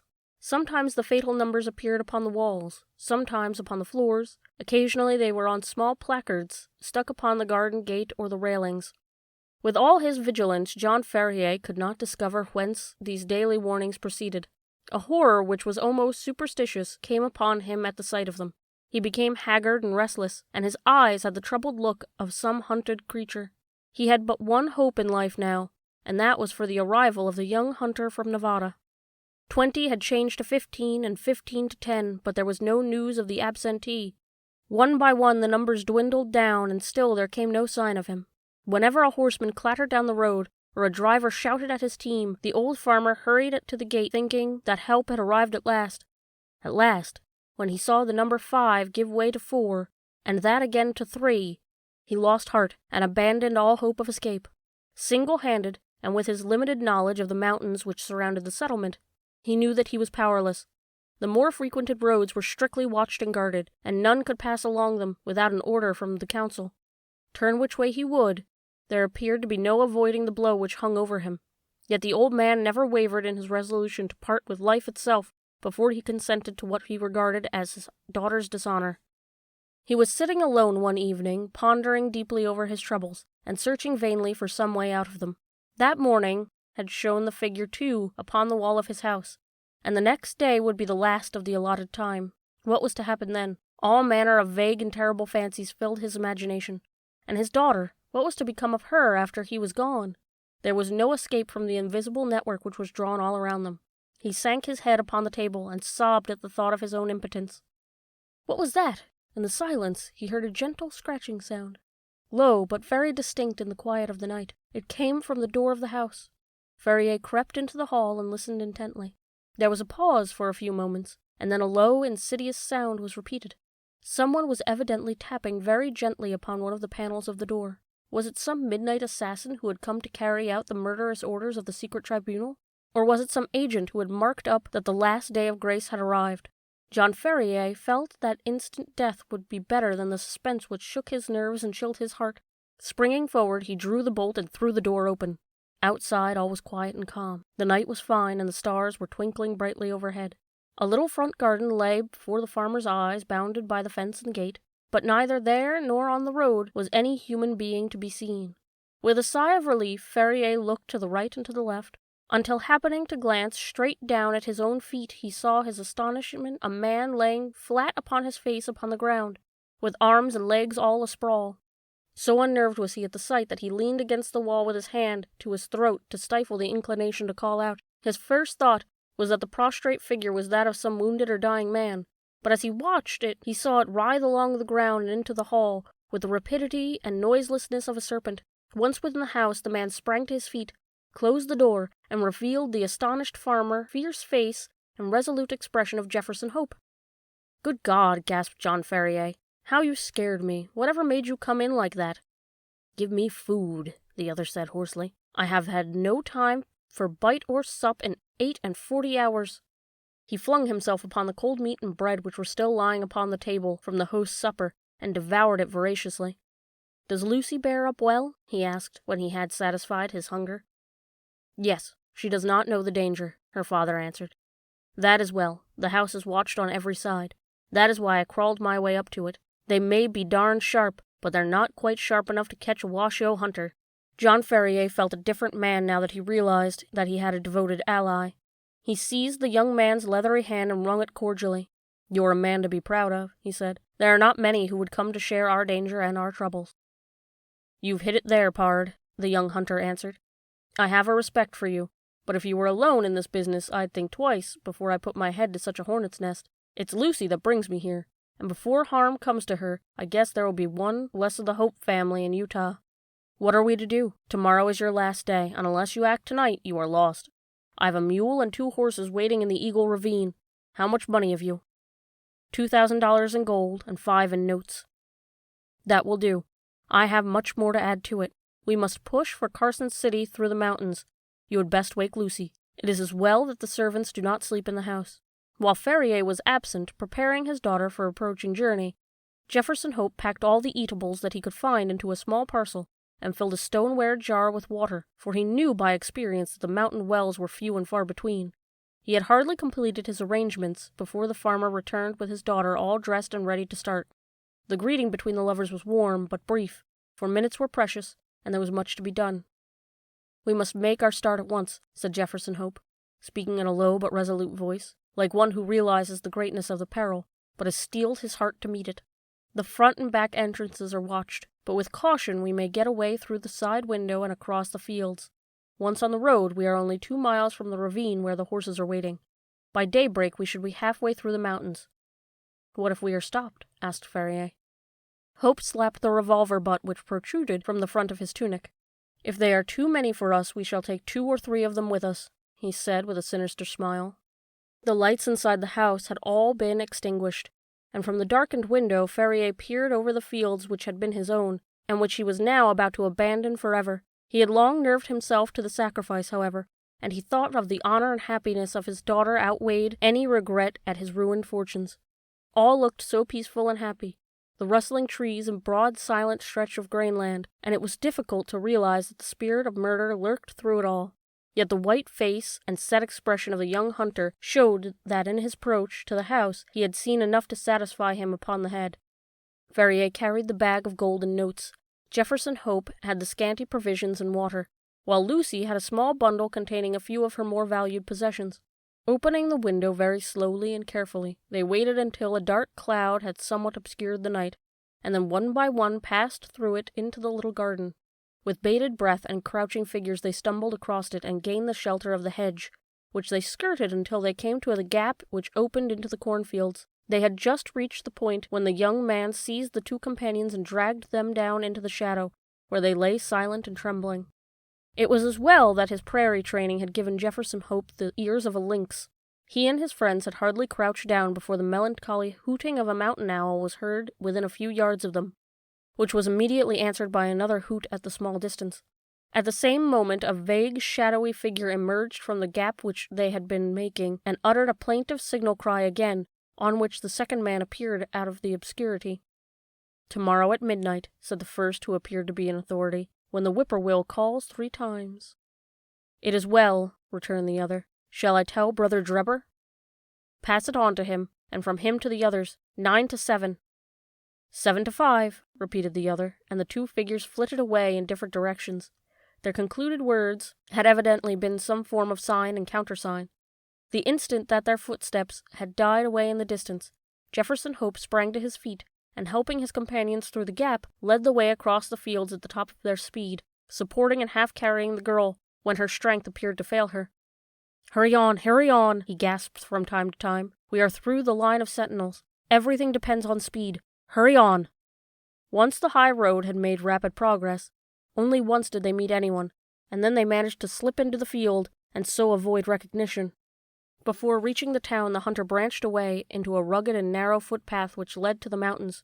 Two dark, jagged peaks loomed above them through the darkness, and the defile which led between them was the Eagle Canyon in which the horses were awaiting them. With unerring instinct, Jefferson Hope picked his way among the great boulders and along the bed of dried-up watercourse until he came to the retired corner, screened with rocks, where the faithful animals had been picketed. The girl was placed upon the mule, and old Ferrier upon one of the horses, with his money-bag, while Jefferson Hope led the other along the precipitous and dangerous path. It was a bewildering route for anyone who was not accustomed to face nature in her wildest moods. On one side of the great crag towered up 1,000 feet or more, black, stern, and menacing, with long basaltic columns upon its rugged surface like the ribs of some petrified monster. On the other hand, a wild chaos of boulders and debris made all advance impossible. Between the two ran the irregular track, so narrow in places that they had to travel in Indian file, and so rough that only practiced riders could have traversed it at all. Yet in spite of all dangers and difficulties, the hearts of the fugitives were light within them, for every step increased the distance between them and the terrible despotism which they were flying. They soon had a proof, however, that they were still within jurisdiction of the saints. They had reached the very wildest and most desolate portion of the pass when the girl gave a startled cry and pointed upward. On a rock which had overlooked the track, showing out dark and plain against the sky, there stood a solitary sentinel. He saw them as soon as he perceived them, and his military challenge of "Who goes there?" rang through the silent ravine. "Travelers for Nevada," said Jefferson Hope, with his hand on his rifle which hung by his saddle. They could see the lonely watcher fingering his gun and peering down at them as if dissatisfied at their reply. "By whose permission?" he asked. "The Holy Four," answered Ferrier. His Mormon experiences had taught him that that was the highest authority to which he could refer. "9 from 7, cried the sentinel. 7 from 5, returned Jefferson Hope promptly, remembering the countersign which he had heard in the garden. "Pass, and the Lord go with you," said the voice from above. Beyond his post the path broadened out, and the horses were able to break into a trot. Looking back, they could see the solitary watcher leaning upon his gun, and knew that they had passed the outlying post of the chosen people, and that freedom lay before them. Chapter 5. The Avenging Angels. All night their course lay through intricate defiles and over irregular rock-strewn paths. More than once they lost their way, but Hope's intimate knowledge of the mountains enabled them to regain their track once more. When morning broke, a scene of marvelous though savage beauty lay before them. In every direction the great snow-capped peaks hemmed them in, peeping over each other's shoulders to the far horizon. So steep were the rocky banks on either side of them that the larch and the pine seemed to be suspended over their heads, and to need only a gust of wind to come hustling down upon them. Nor was the fear entirely an illusion, for the barren valley was thickly strewn with trees and boulders which had fallen in a similar manner. Even as they passed, a great rock came thundering down with a hoarse rattle, which woke the echoes of the silent gorges, and startled the weary horses into a gallop. As the sun rose slowly on the eastern horizon, the caps of the great mountains lit up one after another, like lamps at a festival, until they were all ruddy and glowing. The magnificent spectacle cheered the hearts of the 3 fugitives and gave them fresh energy. At the wild torrent which swept out of the ravine, they called a halt and watered their horses, while they partook of a hasty breakfast. Lucy and her father would fain have rested longer, but Jefferson Hope was inexorable. "They will be upon our track by this time," he said. "Everything depends on our speed. Once safe in Carson, we may rest for the remainder of our lives." During the whole of that day they struggled on through the defiles, and by evening they calculated that they were more than 30 miles from their enemies. At night time they chose the base of a beetling crag, where the rocks offered some protection from the chill wind, and they were huddled together for warmth. They enjoyed a few hours' sleep before daybreak, however. They were up and on their way once more.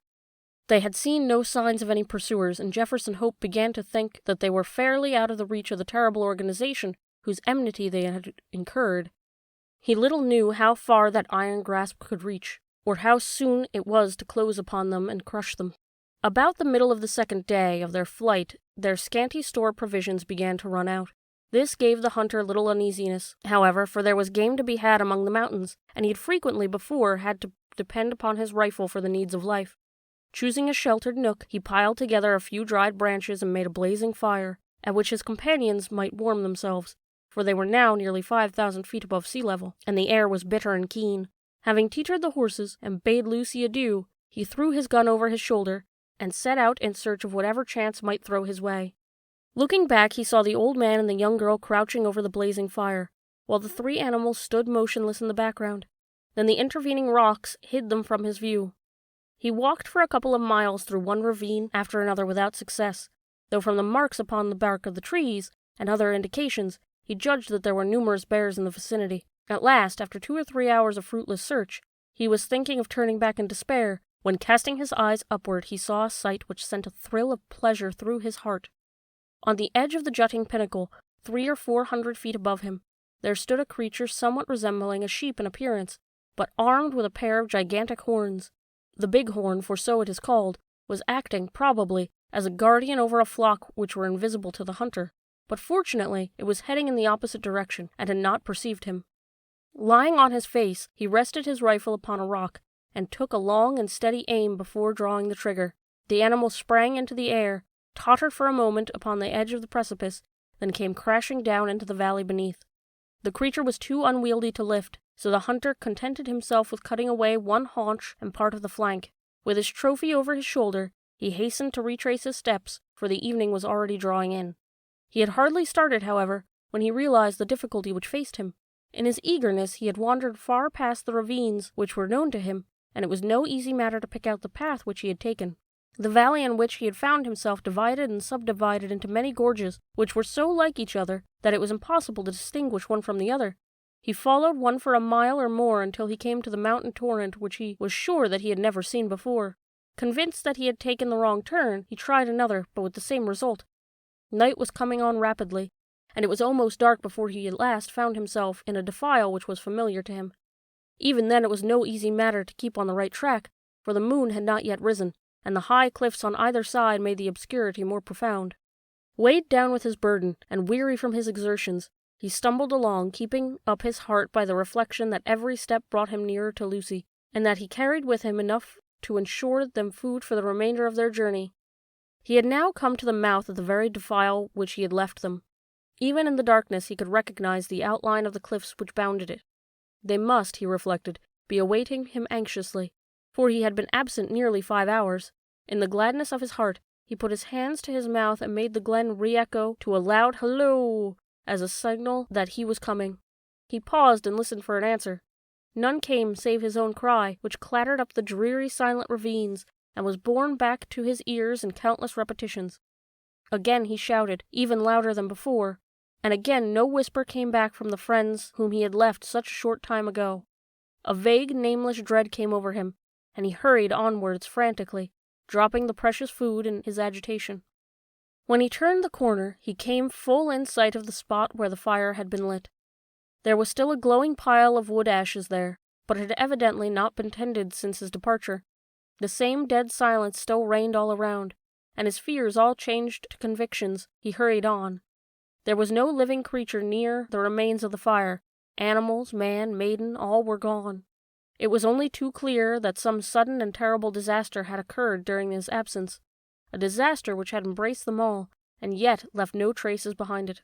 Bewildered and stunned by this blow, Jefferson Hope felt his head spin round, and had to lean upon his rifle to save himself from falling.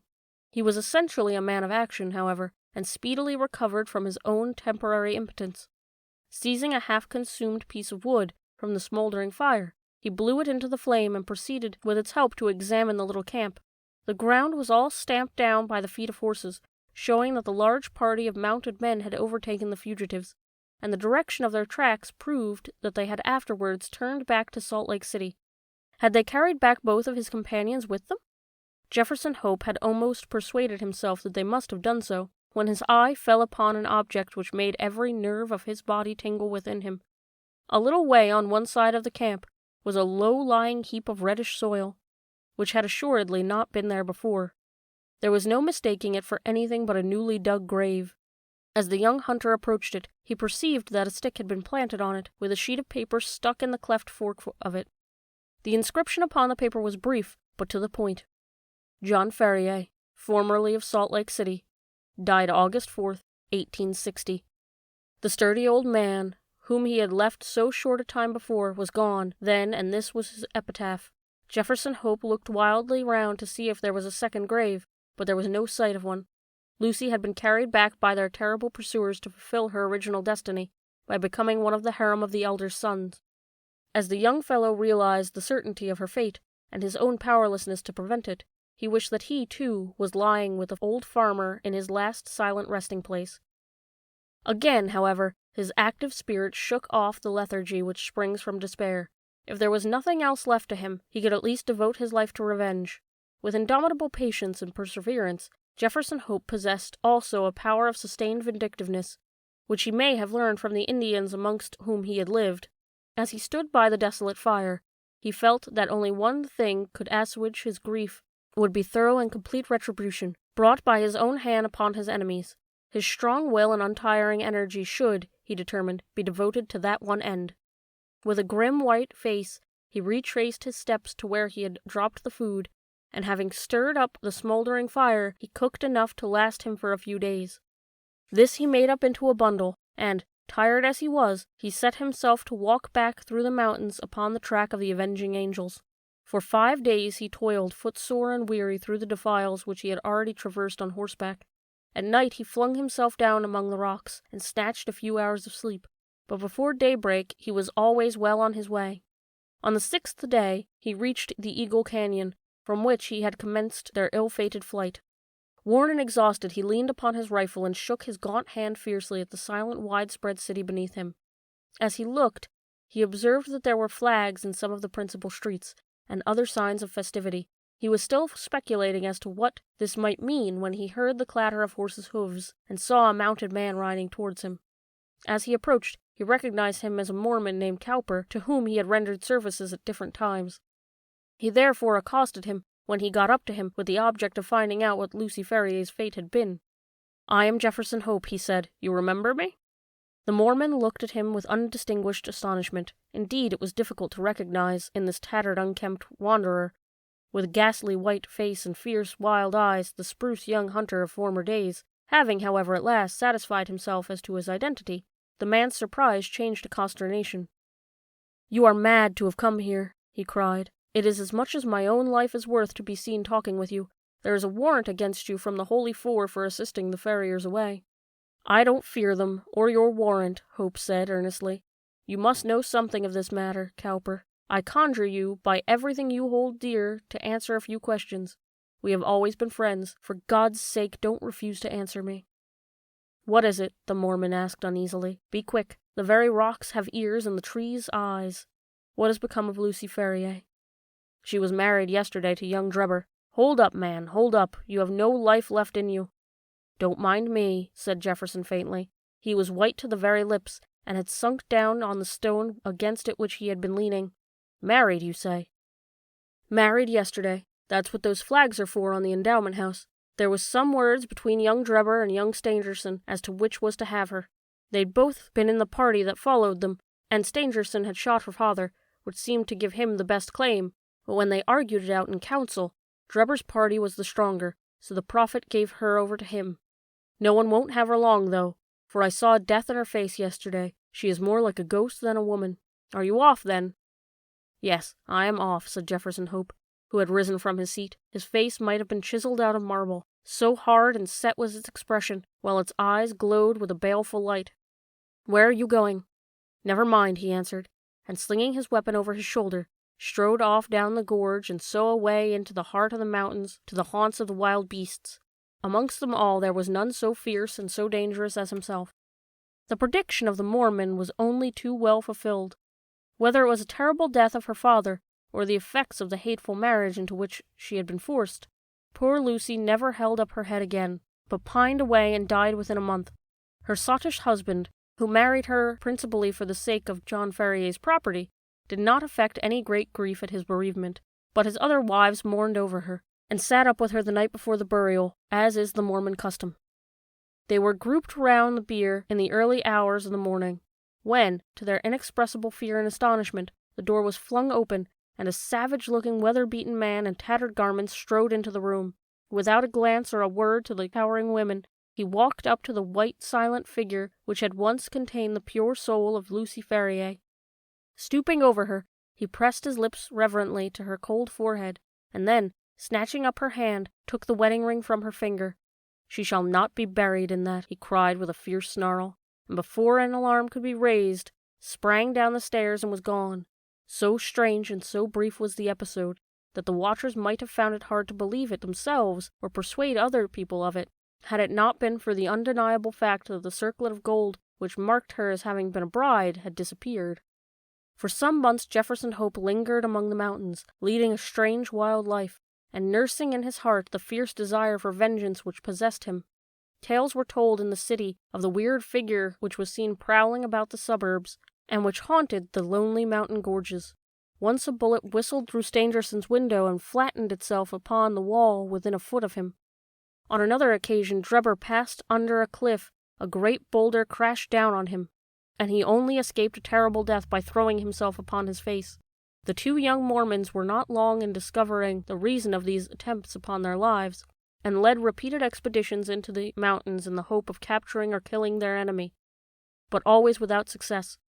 Then they adopted the precaution of never going out alone, or after nightfall, and having their houses guarded. After a time they were able to relax these measures, for nothing was either heard or seen of their opponent, and they hoped that time had cooled his vindictiveness. Far from doing so, it had, if anything, augmented it. The hunter's mind was of a hard, unyielding nature, and the predominant idea of revenge had taken such complete possession of it that there was no room for any other emotion. He was, however, above all things practical. He soon realized that even his iron constitution could not stand the incessant strain which he was putting upon it. Exposure and want of wholesome food were wearing him out. If he died like a dog among the mountains, what was to become of his revenge then? And yet, such a death was sure to overtake him if he persisted. He felt that that was to play his enemy's game, so he reluctantly returned to the old Nevada mines, there to recruit his health and amass money enough to allow him to pursue his object without privatation. His intention had been to be absent for a year at most, but a combination of unforeseen circumstances prevented his leaving the mines for nearly 5. At the end of that time, however, his memory of his wrongs and his craving for revenge were quite as keen as on that memorable night when he had stood in John Ferrier's grave.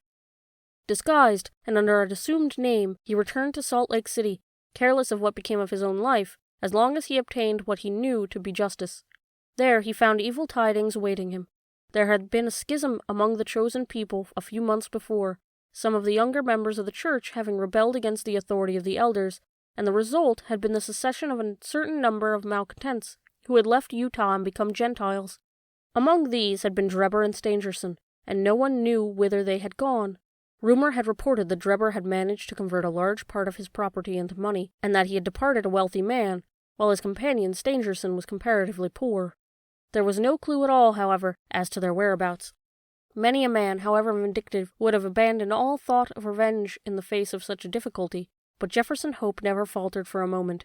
With the small competence he possessed, eked out by such employment as he could pick up, he traveled from town to town through the United States in quest of his enemies. Year passed into year, his black hair turned grizzled, but still he wandered on, a human bloodhound, with his mind wholly set upon one object upon which he had devoted his entire life. At last his perseverance was rewarded. It was but a glance of the face in a window, but that one glance told him that Cleveland in Ohio possessed the men whom he was in pursuit of. He returned to his miserable lodgings with his plan of vengeance all arranged. It chanced, however, that Drebber, looking from his window, had recognized the vagrant in the street, and had read murder in his eyes. Hurriedly, before the justice of the peace, accompanied by Stangerson, who had become his private secretary, and represented to him that they were in danger of their lives from the jealousy and hatred of an old rival. That evening Jefferson Hope was taken into custody, and not only able to find sureties, but detained for some weeks. When at last he was liberated, it was only to find out that Drebber's house was deserted, and that he and his secretary had departed for Europe. Again the avenger had been foiled, and again his concentrated hatred urged him to continue the pursuit. Funds were wanting, however, and for some time he had to return to work, saving every dollar for his approaching journey. At last, having collected enough to keep life in him, he departed for Europe and tracked his enemies from city to city, working his way in any menial capacity, but never overtaking the fugitives. When he reached St. Petersburg, they had departed for Paris, and when he followed them there, he learned that they had just set off for Copenhagen. At the Danish capital, he was again a few days late, for they had journeyed to London, where he had at last succeeded in running them to earth.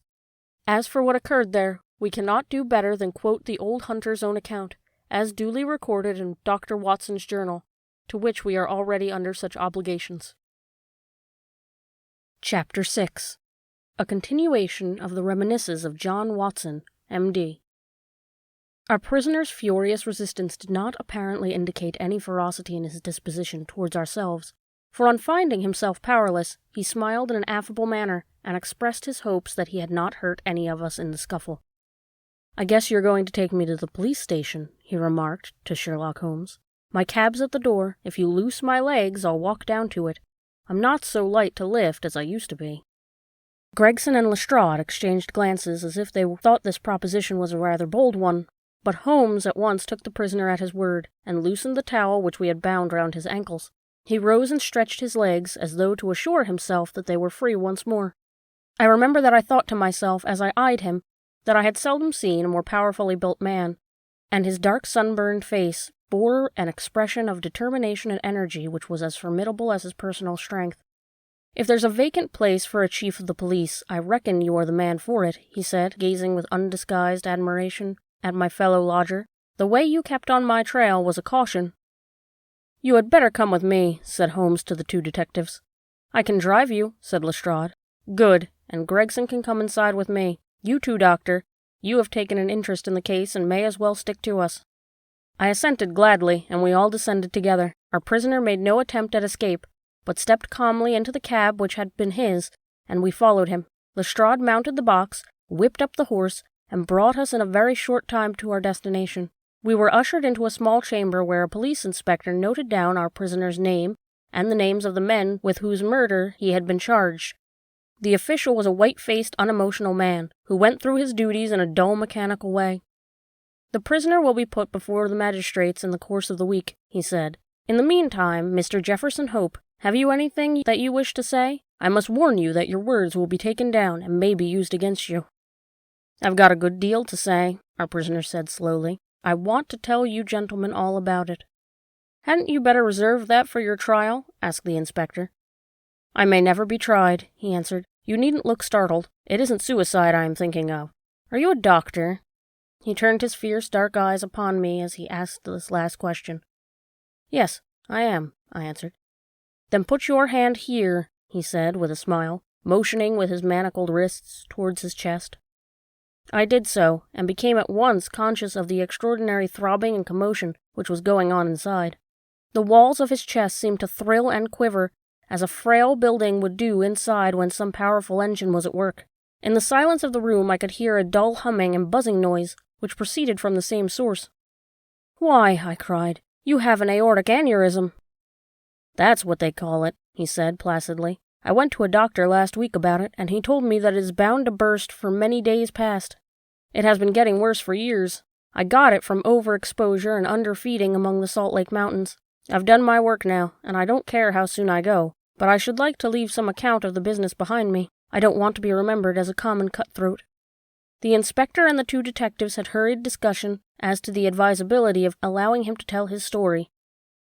"Do you consider, Doctor, that there is immediate danger?" the former asked. "Most certainly there is," I answered. "In that case, it is clearly our duty, in the interests of justice, to take down his statement," said the inspector. "You are at liberty, sir, to give your account, which I again warn you will be taken down." "I'll sit down with your leave," the prisoner said, suiting the action to the word.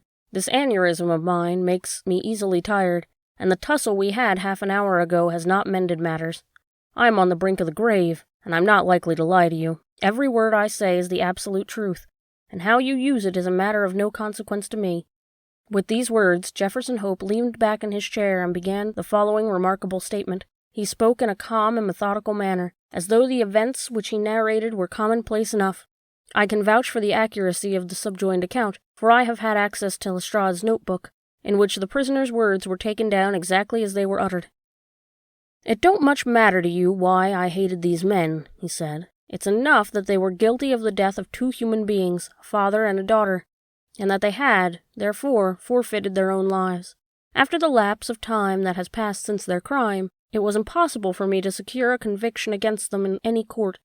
I knew of their guilt, though, and I determined that I should be judge, jury, and executioner all rolled into one. You'd have done the same, if you had any manhood in you, if you had been in my place. That girl that I spoke of was to have married me 20 years ago. She was forced into marrying the same Drebber, and broke her heart over it. I took the marriage ring from her dead finger, and I vowed that his dying eyes should rest upon that very ring, and that his last thoughts should be of the crime for which he was punished. I have carried it about with me, and have followed him and his accomplice over 2 continents until I caught them. They thought to tire me out, but they could not do it. If I die tomorrow, as is likely enough, I die knowing that my work in this world is done, and well done. They have perished, and by my hand. There is nothing left for me to hope for, or to desire. They were rich, and I was poor, so that it was no easy matter for me to follow them. When I got to London, my pocket was about empty, and I found that I must turn my hand for something for my living. Driving and riding are as natural to me as walking, so I applied at a cab owner's office, and soon got employment. I was to bring a certain sum a week to the owner, and whatever was over that I might keep for myself. There was seldom much over, but I managed to scrape along somehow. The hardest job was to learn my way about, for I reckon that all of the mazes that ever were contrived, this city is the most confusing. I had a map beside me, though, and when once I had spotted the principal hotels and stations, I got on pretty well. It was some time before I found out where my 2 gentlemen were living, but I inquired and inquired until, at last, I dropped across them. They were at a boarding-house at Camberwell, over on the other side of the river.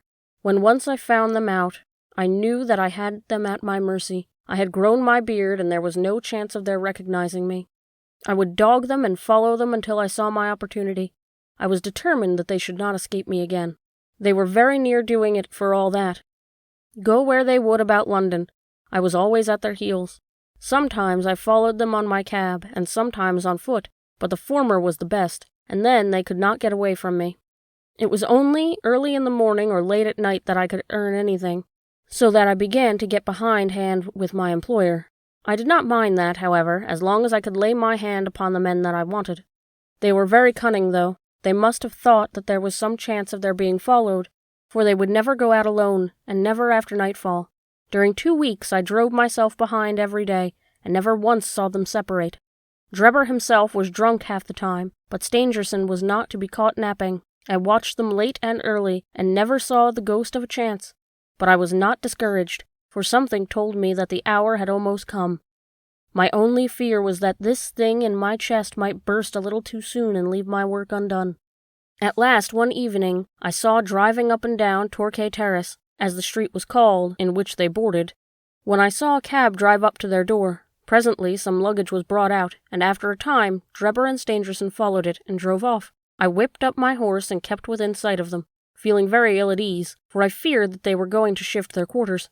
At Euston Station they got out, and I left a boy to hold my horse, and followed them onto the platform. I heard them ask for the Liverpool train, and the guard answered that one had just gone and there would not be another for some hours.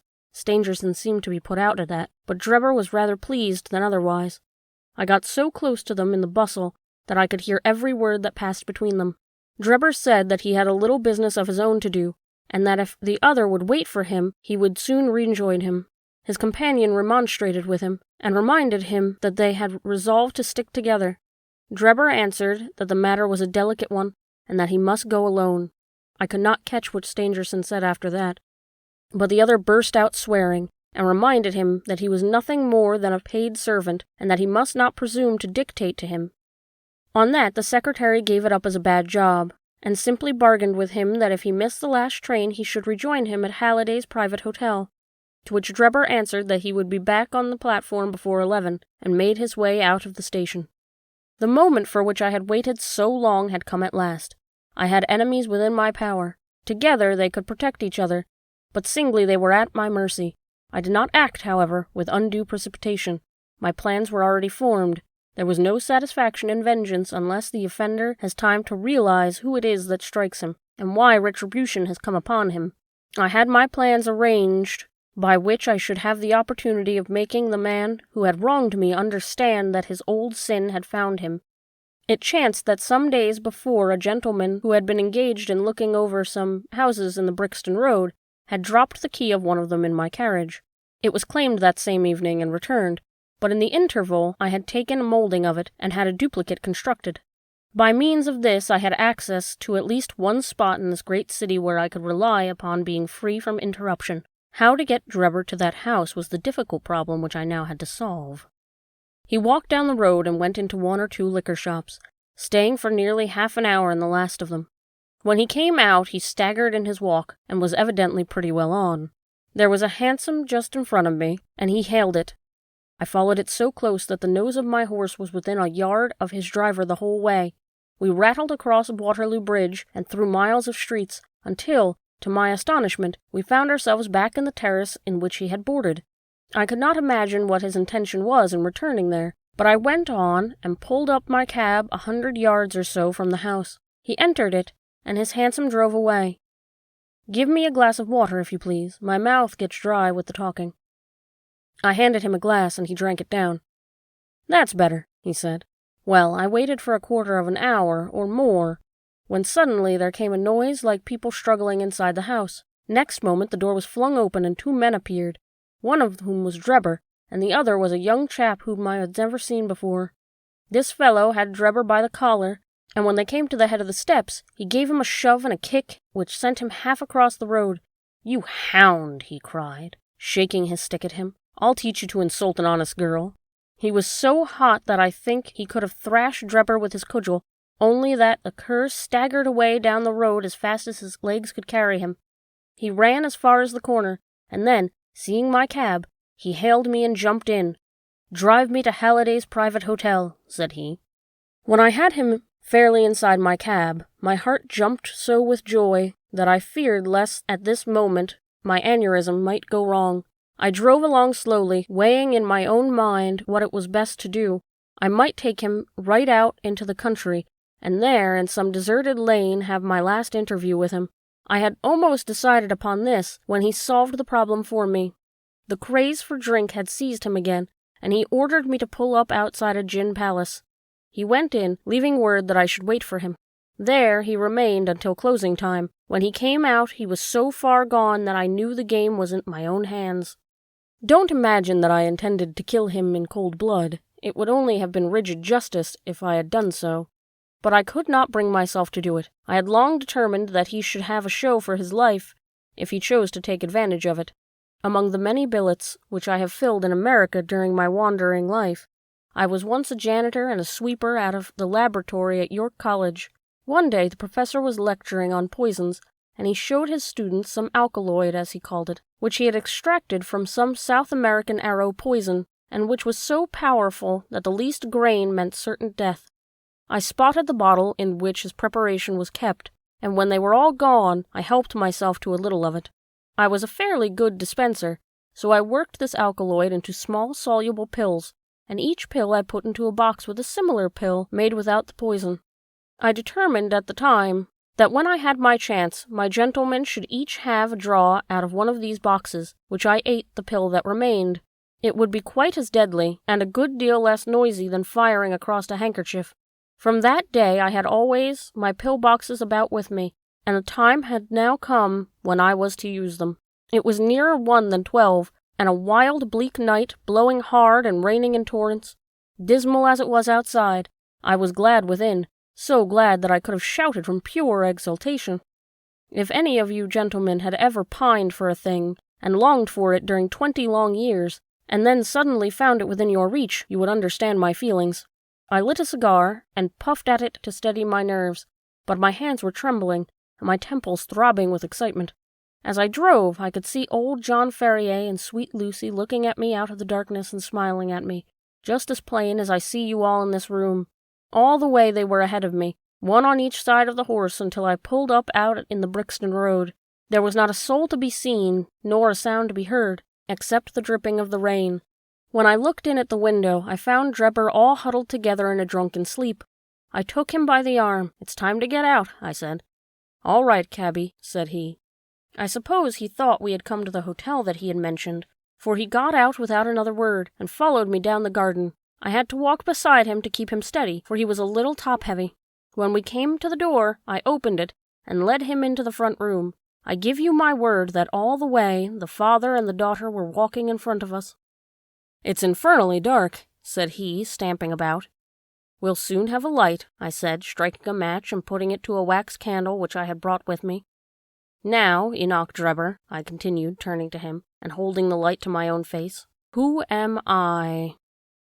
He gazed at me with bleared, drunken eyes for a moment, and then I saw horror sprang up in them, and convulse his whole features, which showed me that he knew me. He staggered back with a livid face, and I saw the perspiration break out upon his brow, while his teeth chattered in his head. At the sight, I leaned my back against the door and laughed loud and long. I had always known that vengeance would be sweet, but I had never hoped for the contentment of soul which now possessed me. "You dog," I said, "I have hunted you from Salt Lake City to St. Petersburg, and you have always escaped me. Now at last your wanderings have come to an end, for either you or I shall never see tomorrow's sunrise." He shrunk still further away as I spoke, and I could see on his face that he thought I was mad. So I was for the time. The pulses in my temples beat like sledgehammers, and I believe I would have had a fit of some sort if the blood had not gushed from my nose and relieved me. "What do you think of Lucy Ferrier now?" I cried, locking the door and shaking the key in his face. "Punishment has been slow in coming, but has overtaken you at last." I saw his coward lips tremble as I spoke. He would have begged for his life, but he knew well that it was useless. "Would you murder me?" he stammered. "There is no murder," I answered. "Who talks of murdering a mad dog? What mercy had you upon my poor darling, when you dragged her from me, from her slaughtered father, and bore her away to your accursed and shameless harem? It was not I who killed her father," he cried. "But it was you who broke her innocent heart," I shrieked, thrusting the box before him. "Let the high God judge between us. Choose and eat. There is death in one and life in the other. I shall take what you leave. Let us see if there is justice upon the earth, or if we are ruled by chance." He cowered away with wild cries and prayers for mercy, but I drew my knife and held it to his throat until he had obeyed me. Then I swallowed the other, and we stood facing one another in silence for a moment or two, waiting to see which was to live and which was to die. Shall I ever forget the look that came over his face when the first warning pangs told him that the poison was in his system? I laughed as I saw it, and held Lucy's marriage ring right in front of his eyes. It was but for a moment, for the action of the alkaloid is rapid. A spasm of pain contorted his features. He threw his hands out in front of him, staggered, and then, with a hoarse cry, fell heavily upon the floor. I turned him over with my foot, and placed my hand upon his heart. There was no movement. He was dead. The blood had been streaming from my nose, but I had taken no notice of it. I don't know what it was that put it into my head to write upon the wall with it. Perhaps it was some mischievous idea of setting the police upon the wrong track, for I felt light-hearted and cheerful. I remembered a German being found in New York with Rache written up above him, and it was argued for a time in the newspapers that the secret societies must have done it. I guessed that what puzzled the New Yorkers would puzzle the Londoners, so I dipped my finger into my own blood and printed it on a convenient place on the wall. Then I walked down to my cab and found that there was nobody about, and that the night was still very wild. I had driven some distance when I had put my hand into the pocket in which I usually kept Lucy's ring, and found that it was not there.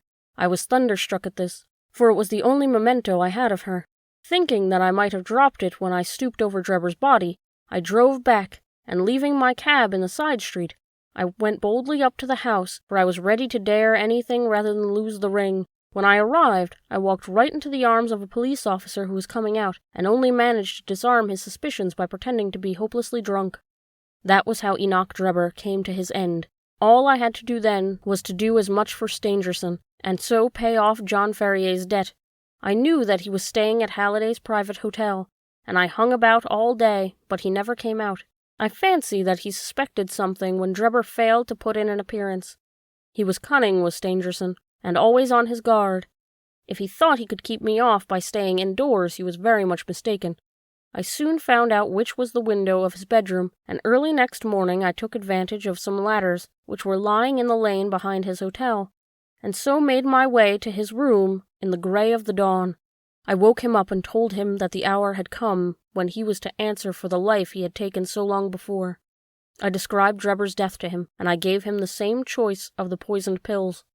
Instead of grasping at the chance of safety which that offered him, he sprang from his bed and flew at my throat. In self-defense, I stabbed him in the heart. It would have been the same in any case, for Providence would never have allowed his guilty hand to pick out anything but the poison. I have little more to say, and it's as well, for I am about done up. I went on cabbing it for a day or so, intending to keep at it until I could save enough to take me back to America. I was standing in the yard when a ragged youngster asked if there was a cabby there called Jefferson Hope, and said that his cab was wanted by a gentleman at 221B Baker Street. I went round, suspecting no harm, and the next thing I knew, this young man here had the bracelets on my wrists and as neatly shackled as I ever saw in my life. That's the whole of my story, gentlemen. You may consider me to be a murderer, but I hold that I am just as much an officer of justice as you are. So thrilling had the man's narrative been, as his manner was so impressive, that we had sat silently and absorbed. Even the professional detectives, blasé as they were in every detail of crime, appeared to be keenly invested in the man's story. When he finished, we sat for some minutes in the stillness, which was only broken by the scratching of Lestrade's pencil as he gave the finishing touches to his shorthand account. "There is only one point on which I should like a little more information," Sherlock Holmes said at last. "Who was your accomplice who came for the ring which I advertised?" The prisoner winked at my friend jocosely. "I can tell my own secrets," he said, "but I don't get other people into trouble. I saw your advertisement, and I thought it might be a plant, or it might be the ring which I wanted. My friend volunteered to go and see. I think you'll own he did it smartly." "Not a doubt of that," said Holmes heartily. "Now, gentlemen," the inspector remarked gravely, "the forms of the law must be complied with. On Thursday the prisoner will be brought before the magistrates, and your attendance will be required. Until then, I will be responsible for him." He rang the bell as he spoke, and Jefferson Hope was led off by a couple of warders, while my friend and I made our way out to the station and took a cab back to Baker Street. Chapter 7. The Conclusion. We had all been warned to appear before the magistrates upon the Thursday, but when the Thursday came there was no occasion for our testimony. A higher judge had taken the matter in hand, and Jefferson Hope had been summoned before a tribunal where strict justice would be meted out to him. On the very night after his capture, the aneurism burst, and he was found in the morning stretched upon the floor of his cell, with a placid smile upon his face, as though he had been able in his dying moments to look back upon a useful life and on work well done. "Gregson and Lestrade will be wild about his death," Holmes remarked, as we chatted it over the next evening. "Where will their grand advertisement be now?" "I don't see that they had very much to do with his capture," I answered. "What you do in this world is a matter of no consequence," returned my companion bitterly. "The question is, what can you make people believe that you have done? Never mind." He continued more brightly after a pause. "I would not have missed the investigation for anything. There has been no better case within my recollection. Simple as it was, there were several most instructive points about it." "Simple!" I ejaculated. "Well, really, it can hardly be described as otherwise," said Sherlock Holmes, smiling at my surprise. "The proof of its intrinsic simplicity is, that without any help save a few very ordinary deductions, I was able to lay my hand upon the true criminal within 3 days." "That is true," said I. "I have already explained to you that what is out of the common is usually a guide rather than a hindrance.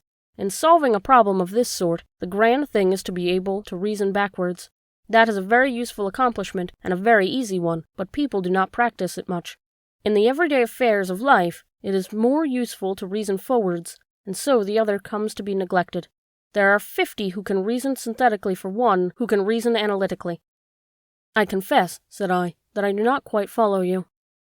"I hardly expected that you would. Let me see if I can make it clearer. Most people, if you describe a train of events to them, will tell you what the result would be. They can put those events together in their minds, and argue from them that something would come to pass. There are few people, however, who, if you told them a result, would be able to evolve from their own inner consciousness what the steps were which led up to that result. This power is what I mean when I talk of reasoning backwards or analytically." "I understand," said I.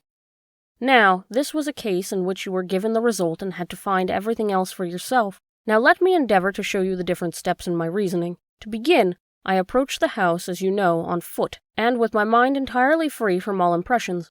I naturally began by examining the roadway, and there, as I have already explained to you, I saw clearly the marks of the cab, which, I ascertained by inquiry, must have been there during the night.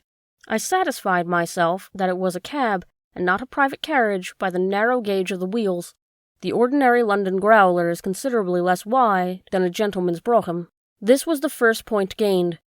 I then walked slowly down the garden path, which happened to be composed of clay soil, peculiarly suitable for taking impressions. No doubt it appeared to be a mere tramped line of slush, but to my trained eyes every mark upon its surface had a meaning. There is no branch of detective science which is so important and so neglected as the art of tracing footsteps. Happily, I have always laid great stress upon it, and much practice has made it second nature to me. I saw the heavy footmarks of the constables, but I saw also the tracks of two men which had first passed through the garden. It was easy to tell that they had been before the others, because in places their marks had been entirely obliterated by the others coming upon the top of them. In this way my second link was formed, which told me that the nocturnal visitors were two in number, one remarkable for his height, as I calculated from the length of his stride, and the other fashionably dressed, to judge from the small and elegant impression left by his boots. On entering the house this last inference was confirmed. My well-booted man lay before me. The tall one, then, had done the murder, if murder there was. There was no wound upon the dead man's person, but the agitated expression upon his face assured me that he had foreseen his fate before it came upon him. Men who die from heart disease, or any sudden natural cause, never by any chance exhibit agitation upon their features. Having sniffed the dead man's lips, I detected a slightly sour smell, and I came to the conclusion that he had poison forced upon him. Again, I argued that it had been forced upon him from the hatred and fear expressed upon his face. By the method of exclusion, I had arrived at this result, for no other hypothesis would meet the facts. Do not imagine that it was a very unheard-of idea. The forcible administration of poison is, by no means, a new thing in criminal annals. The cases of Dolsky in Odessa, and of Letourier in Montpellier, will occur at once to any toxicologist. And now came the great question as to the reason why. Robbery had not been the object of the murder, for nothing was taken. Was it politics, then, or was it a woman?